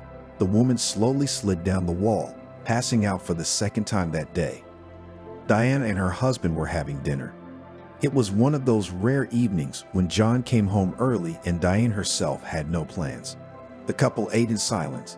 It had been a long time since they'd had a common topic of conversation. Diana didn't want to know how her husband was doing at work, and he wasn't interested in how his wife spent her time. Their only common topic was their daughter. After a long silence, John asked Michael a question. Where are we with Alice? I don't see her that much lately. Where is she? How should I know? The wife shrugged her shoulders. She doesn't report to me. Probably out with her boyfriend. What boyfriend? Oliver. You're out of touch with life, Diana snorted. Our daughter broke up with Oliver. She's got another friend of her heart now. She hasn't brought him home, and something's gone wrong there, judging by how nervous Alice has been the last few days. How is it, Diane? You stay at home and you don't talk to your daughter at all. No matter where you ask, you never know where she is. I realize she's a big girl, but not so big that you can't control her. Does she let herself be controlled? Diana exclaimed indignantly. Tomka is like a prickly hedgehog, snapping at you when you ask her anything. She only snaps at you. And that's what I don't understand, because you're her mother. You're supposed to be close, but you're the opposite. John did not have time to finish, as a disheveled Alice burst into the dining room and began to shout at her mother. Mom, what happened on the river 15 years ago? Tell me now. Alice, are you out of your mind? John frowned. Why do you let yourself yell at your mother? And what's the matter with you anyway? What's that look? Did you get into a fight with someone? John noticed a bright red scratch on his daughter's cheek. I wasn't in a fight, Dad. A complete stranger tried to beat me up. Alice plopped down on a chair and grabbed a glass of water from the table and began to drink greedily. Frowning John looked at his daughter and waited for her to get drunk and explain to him what was going on. "I'll tell you everything first, Dad," said the girl, seeing her father's tense look. "I'm seeing a guy right now. His name is Michael. He's nice, very nice. He's a part-time graduate student, and he's working so he can help his mother. She raised him alone. Michael always spoke only warmly of his mother. I love Michael, Dad, I really do. It's not just a childhood crush anymore. 3 days ago, he disappeared, stopped contacting me. I couldn't breathe at the thought that he might have left me. I really couldn't breathe without him. Every day I went to the store where he works, but the employees didn't know anything. Michael just disappeared, never showed up for work. And just today, one of the clerks found out what really happened to Michael. He was beaten up on the street and he's still in intensive care. I found out what hospital he was in and I ran straight there. And his mom was there. Dad, you have no idea what happened. She attacked me in the hospital hallway. At first, I thought the woman was crazy. She wanted to scratch my eyes out. I couldn't understand how a person who didn't know me could lash out at me with such hatred. But she didn't do it silently, she screamed. Screaming that I was the curse of her life, that 15 years ago she lost her beloved husband, his father, because of me. And now Michael had been beaten up, again because of me. When the nurses pulled this woman away from me, I started screaming too. I yelled at her, "You're crazy. I've never met you before. Why do you think Michael was beaten because of me? And what does your husband have to do with it? Ask your mother. Let her tell you how 15 years ago my husband gave his life for someone else's child on the river. For you. Your mother was too drunk and partying to watch her own daughter. Michael's mom told me to get out of the hospital and never dare go near her son again. And I love Michael, and I'm not going to listen to her. I don't know how badly he was beaten, but if he dies, I die with him. Now I ask you, Mom, so what happened on that river 15 years ago, and why does that woman hate me so much?" Diana sat there, neither dead nor alive. She straightened in her chair like a taut string, and the woman's eyes darted from her husband to her daughter. Diana realized what she had feared for so long had happened, and then she relaxed. Time had passed, all was forgotten. That's what Diana thought. And it turned out that's how the truth came out. The woman rolled with a nervous laugh. "I don't know what you're talking about, Alice. This is really crazy." "I don't think so," said a pale John. "For some reason, I remembered the story on the river very well. A man drowned there, saving someone else's child. Why do I remember it? Because at the time I thought a lot about that man's selflessness. I even gave his widow money as financial aid through other people. But what makes her think it's you, Alice? She's deluded. Maybe you look like that girl. Maybe someone put it in her head. Okay." John got up from the table abruptly. "Now you and I are gonna go with her, and we're gonna get to the bottom of this." Yes, let's go, Daddy," Alice nodded often. "Tell that crazy woman that she is wrong, and I want to see Michael. I want to know what's wrong with him." "You don't have to go anywhere," Diana shrieked. "You've already realized that this woman is not in her right mind. Apparently, she's a disturbed woman." Diana faltered at the suspiciously angry look her husband gave her, and realized that the seed of doubt had already been planted in him. Georgia was sitting on the couch in the nurse's lounge, drinking valerian. "Georgia, what are you doing?" A nurse she knew said with horror. "Why are you so hard on that girl? I thought you were going to tear her hair out. Is this really the girl who drowned your Steve?" "Well, even if it was, it wasn't the girl's fault." "Guilty as charged," exhaled Georgia, who had become a little sluggish under the sedatives. "My son was beaten up because of that girl. I lost my husband because of her. I hate her and her mother.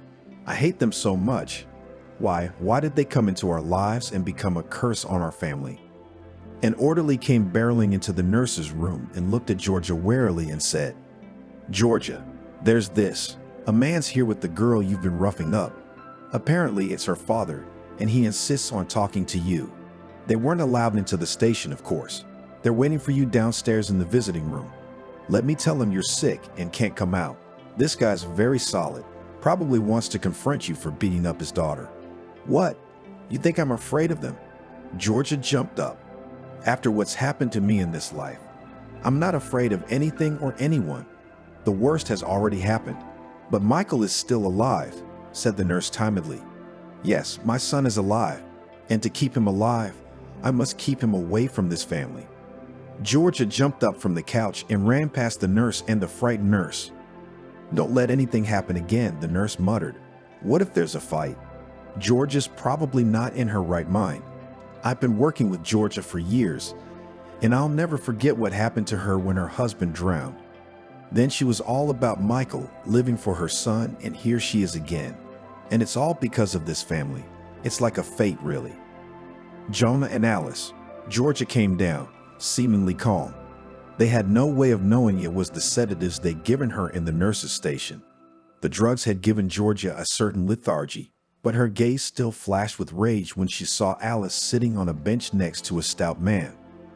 John intercepted that look and jumped up from his seat, blocking his daughter. Your name is Georgia, and you beat my daughter. I'm not going to return the favor. I think you were acting in a state of shock. I take it this is all about a story from 15 years ago on the river. Only tell me, what makes you think Alice is the girl who drowned? You're deluded. Am I mistaken? Laughed Georgia bitterly. Do you really think that I saw a resemblance to that child in Alice and threw myself at her because of that? I didn't. I just recognized who her mother was. You're dying, I'll remember for the rest of my life. What are you doing here? Messing with me. You can't be ignorant of that story. I've heard of that story and I admire your husband, but I never imagined it would happen to my girl. If you're right, my wife hid everything from me. Tell me exactly what happened. What happened? Your dying got drunk with a friend and two guys and didn't watch your daughter. The girl fell off a cliff. Steve and I were on our way home when panic set in. My husband jumped in after your baby. He knew about the vortex, and he warned me repeatedly not to go near it. Steve knowingly sacrificed himself for a chance to save someone else's daughter. Then I came to your house to ask for money for the funeral, alone, but your wife treated me like a beggar, reprimanded me and said that no one asked my husband to jump. It was his own fault. She couldn't have said that. John shrieked. Diana is far from perfect, but she's not that cynical. I see you don't know who you're living with, and you don't know what goes on in your own home. How can you not know that your child almost drowned? You're a bad family. You're a rotten family. Steve and I had a real one. We loved each other, and after he died, life became a struggle to survive. Your daughter's living the good life. She's a beautiful, spoiled brat. But my son is in intensive care because of her. I don't know if he's gonna make it. What do you mean you don't know? Michael could die. Alice cried from behind her father's back. And why me? Why are you blaming me for everything? Because your ex-boyfriend beat up Michael with the help of some thugs. His name is Oliver. Michael regained consciousness and told the coroner everything. Oliver? Oliver did it? Are you sure? John was surprised. I know his father well. A lot of people know his father, believe me. And the investigator's eyes glazed over when he heard that name. It's already clear that Oliver won't be held accountable for anything. He will, John said imperiously, looking intently into George's eyes. If he's guilty, he will, I give you my word. His father is a powerful man, of course, but I'm not the last man in this town. I'll do my best, but Oliver will be held accountable, and someone else will, and we'll see you again. John said the last words as he walked toward the door, dragging his daughter by the hand. Alice was crying. Why did you say that Michael might not survive? She looked back at Georgia. That was all the girl cared about at that moment. Diana sat in the living room, all tense and ready for the upcoming conversation. It seemed to her that she was ready. Well, after all, it had been so many years. She was young and foolish. John must discount that. As her husband whirled into the house and opened his mouth, ready to unleash the full force of his anger on his wife's head, she prevented him from doing so by speaking first. I get it, you found out. You are aware that it was Alice, that she was the one who drowned in the river. So, yes, I made a mistake going to the river, but that was a long time ago. I would have told you back then. But do you remember how you acted? How do you blame that negligent mother you said you had, not knowing it was me? And I was right. John roared, I still think so. Neglectful, you put it mildly. I think much worse of you. You've never been a normal mother, and I've put up with you all my life for my daughter's sake. And now it turns out our daughter might not be alive if it weren't for a stranger, and all because of you. What are you talking about? Diane is boiling. He tolerates me, and I don't? Or do you think life with you is easy? You're never home.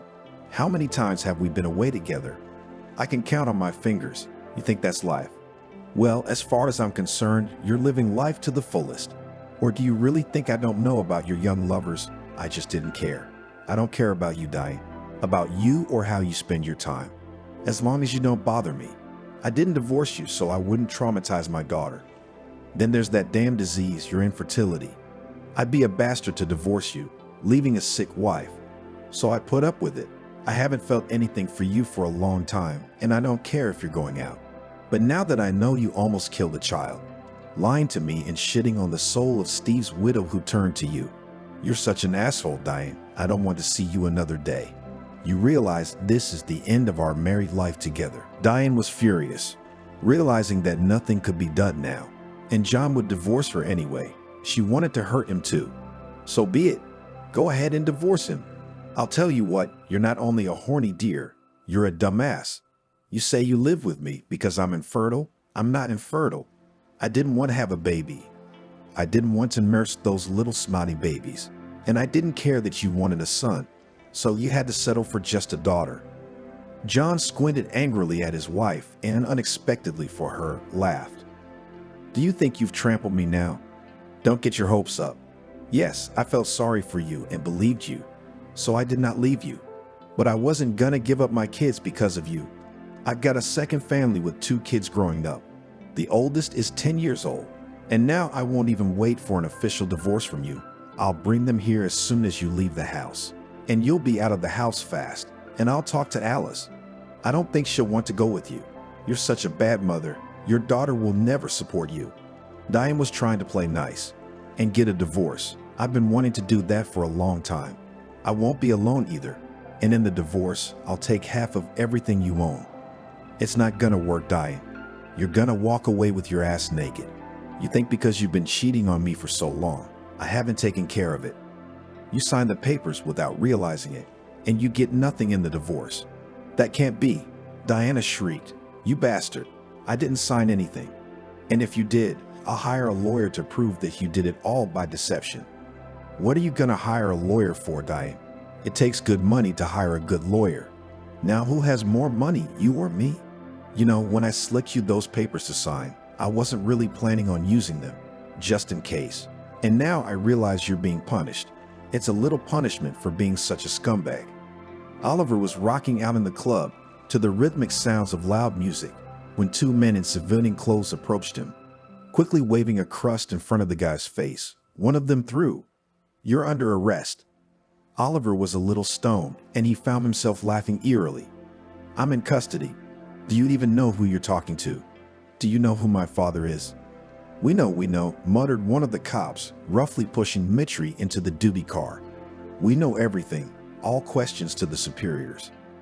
It was necessary to see the confusion on Oliver's face when he realized that what was happening was not a joke, not a prank of friends, and he was really being taken to the station, knowing who his father was.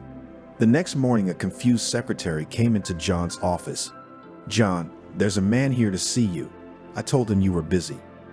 "Get out of the way," rudely pushed the girl away, a full balding man in an expensive suit, bursting into the office.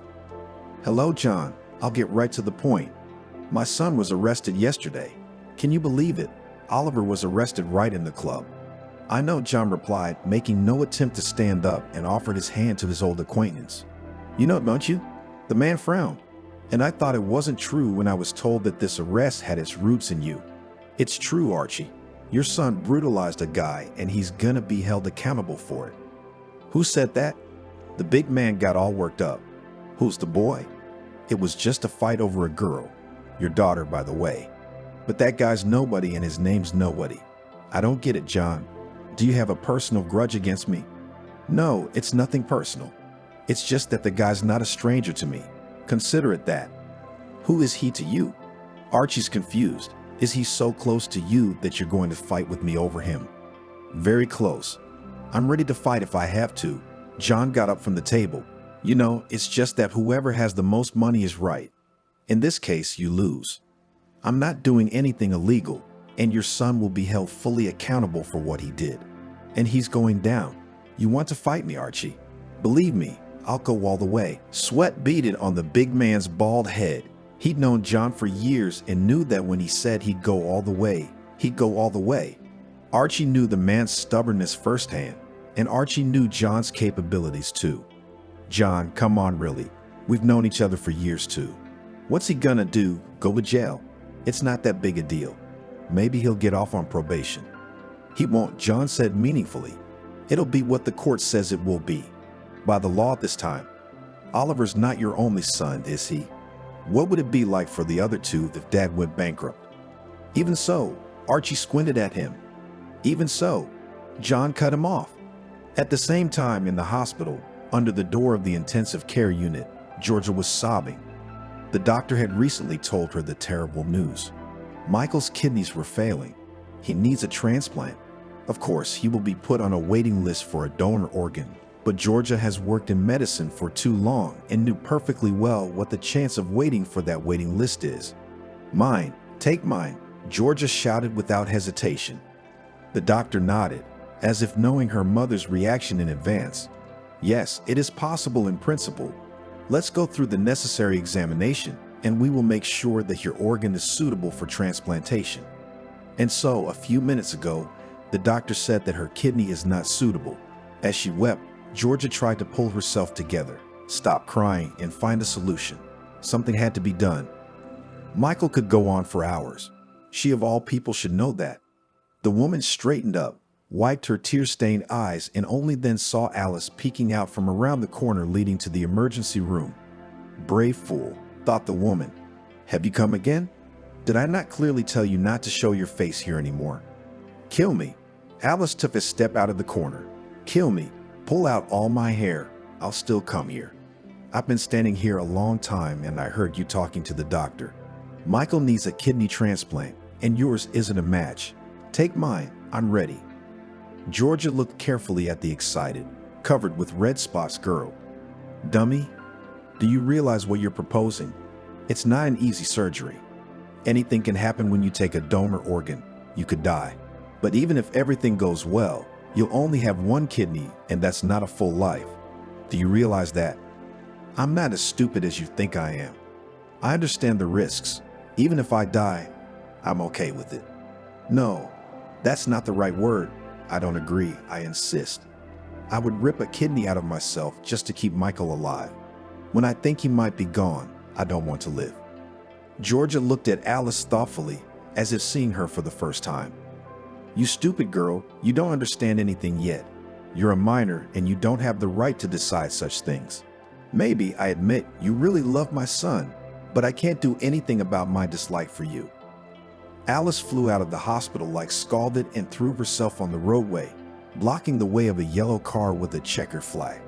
The cab driver braked sharply, almost touching the girl standing on the road with his bumper. He jumped out and attacked her, almost with fists. What are you doing, you crazy girl? You're sick of living.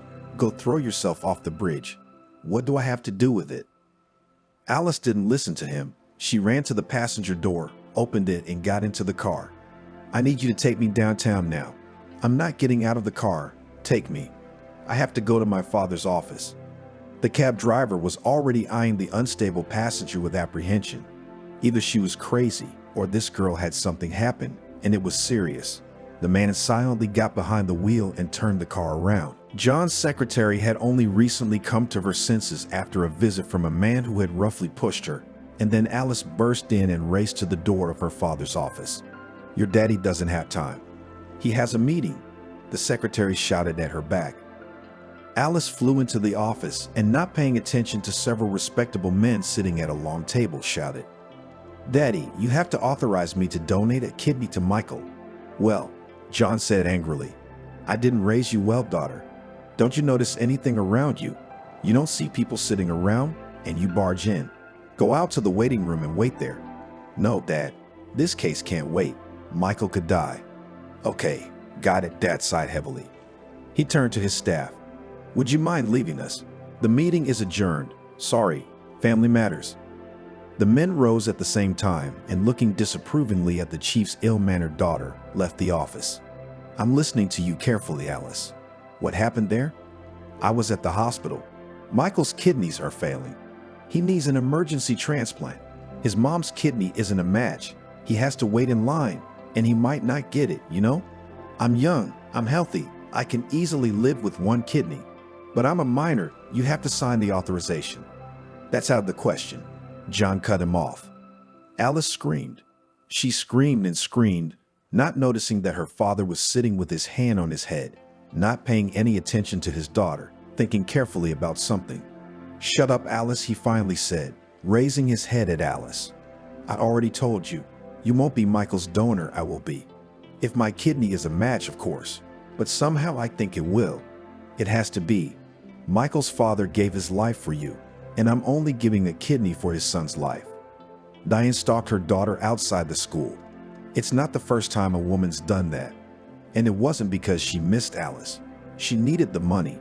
Of course, Diana left her husband's house not completely empty-handed, and she had money and jewelry in sufficient quantity. But she had moved in with a young and voracious lover. Voracious not in terms of food, but in terms of needs. Having got in touch with Diana, the guy was used to living large and was not going to moderate his appetites. Moreover, now Diana lives on his territory, although he did not ask her to do so. Diana's money ran out lightning fast, and the young friend began to hint that he was not going to provide for a grown-up aunt. And they had no obligations, they met only for pleasure. Diana felt humiliated, but she had nowhere to go, so she turned to her daughter for the first time. Alice, quite predictably, decided to stay with her father. Alice had money. Her father was never stingy when it came to his favorite daughter, and she had given it to her mother several times, but the money was running out fast. Alice, hello. Diana waved her hand from the ajar window of the car John had generously allowed her to take. I missed you. Come on, get in the car. Alice sighed sadly and separated from the flock of girlfriends with whom she came down from the school porch. The girl walked towards her mother's car. I don't have any money, was the first phrase of the girl when she sat down next to Diana. What? No money right away? Her mother pouted. Can't I just visit my daughter? I said I missed her. Don't lie to me, Mom. You never missed me. In fact, you didn't need me. I realize that now. You came for money, and I don't have any. Why not? Diane raised her eyebrows. What? Did your daddy turn his attention to his new kids? And you don't get anything from him? That's not the point, Mom. Whether I get money from my father or not is none of your business. I don't have any more money for you. I know you didn't leave home empty-handed, and I know who you've blown it on. Don't come to see me again. Look, what arrogance. Diana curled her lips. And this is my daughter talking to me. Your father, too, such a hero, gave his kidney to some guy. The whole town's talking about it. It's all over the social media. Obviously, it's a PR stunt. After that, he's probably making a lot of money. But that he kicked his wife out of the house and brought in a second family, the story doesn't tell. How do you like living with your new family? How do you like your brothers? They're normal brothers, Alice said, and their mom is normal, even though she looks like a model, but she's homely, running around, looking at Daddy's mouth. Maybe he originally needed such a one. Maybe your marriage was a mistake, and maybe I shouldn't have been born. Then Michael would have a father, and I'm nothing but trouble. If Diana had been an attentive mother, she would have noticed that her daughter was depressed, but she didn't care about Alice. She was frantically thinking about how to go on living, and on what? Without money, her lover would obviously kick her out. He had made that clear. Alice didn't care about her mother's worries either. With a loud slam of the car door, she jumped out and ran to catch up with her friends. She didn't want to go home. It was true that her father had a new family, and not that Alice had anything against them. She understood everything, because she was a grown-up girl, but it just became unusual in the house. Alice felt superfluous, and maybe not even in the house, maybe in this life. And everything seemed to be fine. Not so long ago, Alice was so happy when the kidney transplant operation on Michael was successful, and it became clear that the guy will live. John, who had donated his organ, was also feeling fine. He had already been discharged from the hospital. And with Michael, everything was more complicated. He was still lying, but as the doctor said, was on the mend. And Alice found out through her father. Georgia did not let Alice near her son and forbade the girl to go near the hospital. "I am grateful to your father, but together with Michael you cannot be," said Georgia. "You bring only unhappiness." And Alice believed in these words. The girl actually began to feel that way. She sank into a severe depression. She didn't want to do anything at all, neither to go home, nor to go out with her friends. Why nothing though? She wanted to be with Michael, but that was impossible. John was working in his office. Doctors, after discharge, strongly advised bed rest, but the man felt normal for a long time. He tried not to go to the office yet. He did things from home. The man did what he promised Diane he would do. Right after he kicked her out of the house, he brought his second family here, having talked to Alice beforehand. The boys were happy, and Kendall, their mom, was blowing John away. She never entered his office without knocking, afraid to disturb him while he was working. So now, there was a scraping at the massive door, and Kendall's head appeared. "John, Alice's friend is here to see you. She wants to talk to you. Would you like to come out to the living room, or should I bring her in here?" "Send her in here. There's probably boys walking around on their heads in the living room." "That's just the way it is," Kendall smiled. A couple minutes later, Alice's close friend, Alfia, entered Jonah's office. "Hello," she said with embarrassment. "Alice doesn't know about my visit to you, and you don't tell her or she'll be offended. I'm worried about her." "What's wrong, Alfia?" "I can see Alice is sad, but it's because of Michael. His mom won't let them see each other anymore. Alice will get sad and forget him." "Sad? Forgetful?" exclaimed Alfia. "I wouldn't call it that. Do you know that your daughter climbs to the roof of an unfinished high-rise and stares down for hours? What do you think she's thinking at that moment? I'm really scared for Alice. She's got it in her head that she's bringing misfortune to others, and she doesn't want to live without Michael. At first I thought it was just a crush and she'd forget him, but you know, it's not. Alice loves this guy, really loves him. We have to do something. I'm afraid for Alice." After the girl said that, John was worried. He didn't realize his daughter's feelings for Michael were so serious. Georgia took her son's things out of the hospital bedside table and put them neatly into bags. "Finally, we're coming home with you, son. I made you some pies with cabbage, just the way you like them," the woman chattered on. Michael was gloomy, and his mother knew why. Alice. From the very beginning, as soon as the boy came to his senses, Georgia had told him she wouldn't let him date Alice and told him why. "You want me dead, go ahead. He've seen this girl. Step over your mother." These were the words with which the woman ended her speech. She was not affected even by the fact that John donated his kidney to Michael and the fact that the man opened a large money account in the name of her son. The money, by the way, the woman refused for a long time and was about to give it back to John. That's when their first serious conversation happened. "This is a small part of what I have to do for you. Steve gave his life, and I just gave a kidney. Of course, money won't bring your husband and father back to you, but Georgia, think about it. Wouldn't Steve have made that money if you were alive? And whose fault is he not? That's just it. I want Michael to get a college degree full-time and not work like he does now. And you, stop scrubbing floors in your hospital. It's time for a vacation. Michael will graduate, and if he has the brains, start his own business. He'll have some startup capital. Let me do at least that for you." Georgia thought long and hard, then she got it out. "Okay, we'll take the money. Let Michael have a chance at a normal future, not like mine. But you know I'm not gonna let him see Alice anyway." "That's your right," John shrugged, taking youthful relationships lightly. Georgia and her son walked out of the hospital gates, and Michael breathed in the fresh air he had missed in the hospital room. At that time, a huge SUV pulled up beside them. John jumped out of the car and grabbed the bags from Georgia's hands. "Get in the car and I'll give you a ride," he said. "We'll take the bus," Georgia stubbornly argued. The man, not listening to the objections, literally pushed them into his car. A little way from the hospital, he turned into the first parking lot he could find. He turned off the engine and half turned around to look at Michael in the back seat. "So, Michael, how do you feel about my daughter?" "I love her," he answered without a second thought. "I see," John stretched out. "Then why did you put up with your mom's band?" Michael hesitated, then, lowering his eyes, mumbled, "I didn't."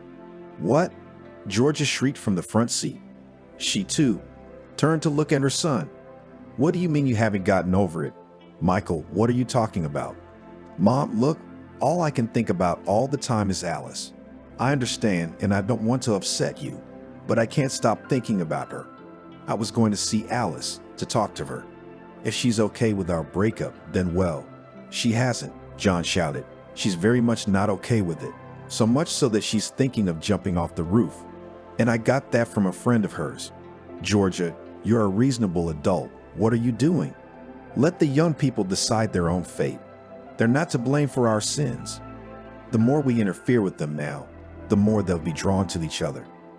They'll run away if it's not their destiny, but we shouldn't decide that for them. If my daughter jumps off the roof, what then? Your Steve will have died for nothing, giving his life for her. Georgia, wake up." Georgia was almost crying. "Why are you making a monster out of me? I reconsidered my attitude toward Alice when she wanted to give her kidney, but I'm afraid I have a crazy fear." Michael put his hand on his mother's shoulder and smiled. "Don't be afraid, Mom. Everything is definitely going to be okay now. All the skeletons are out of the closets and only happiness lies ahead." A week later, two young people came to the cemetery, a guy and a girl. The girl had a huge bouquet of scarlet roses in her hands. "Here he is, my dad," said the guy, stopping near one of the graves. The young man with an open, friendly face looked at the girl from the monument. "Thank you," whispered Alice, placing the flowers on the grave. "Thank you for my life and for Michael."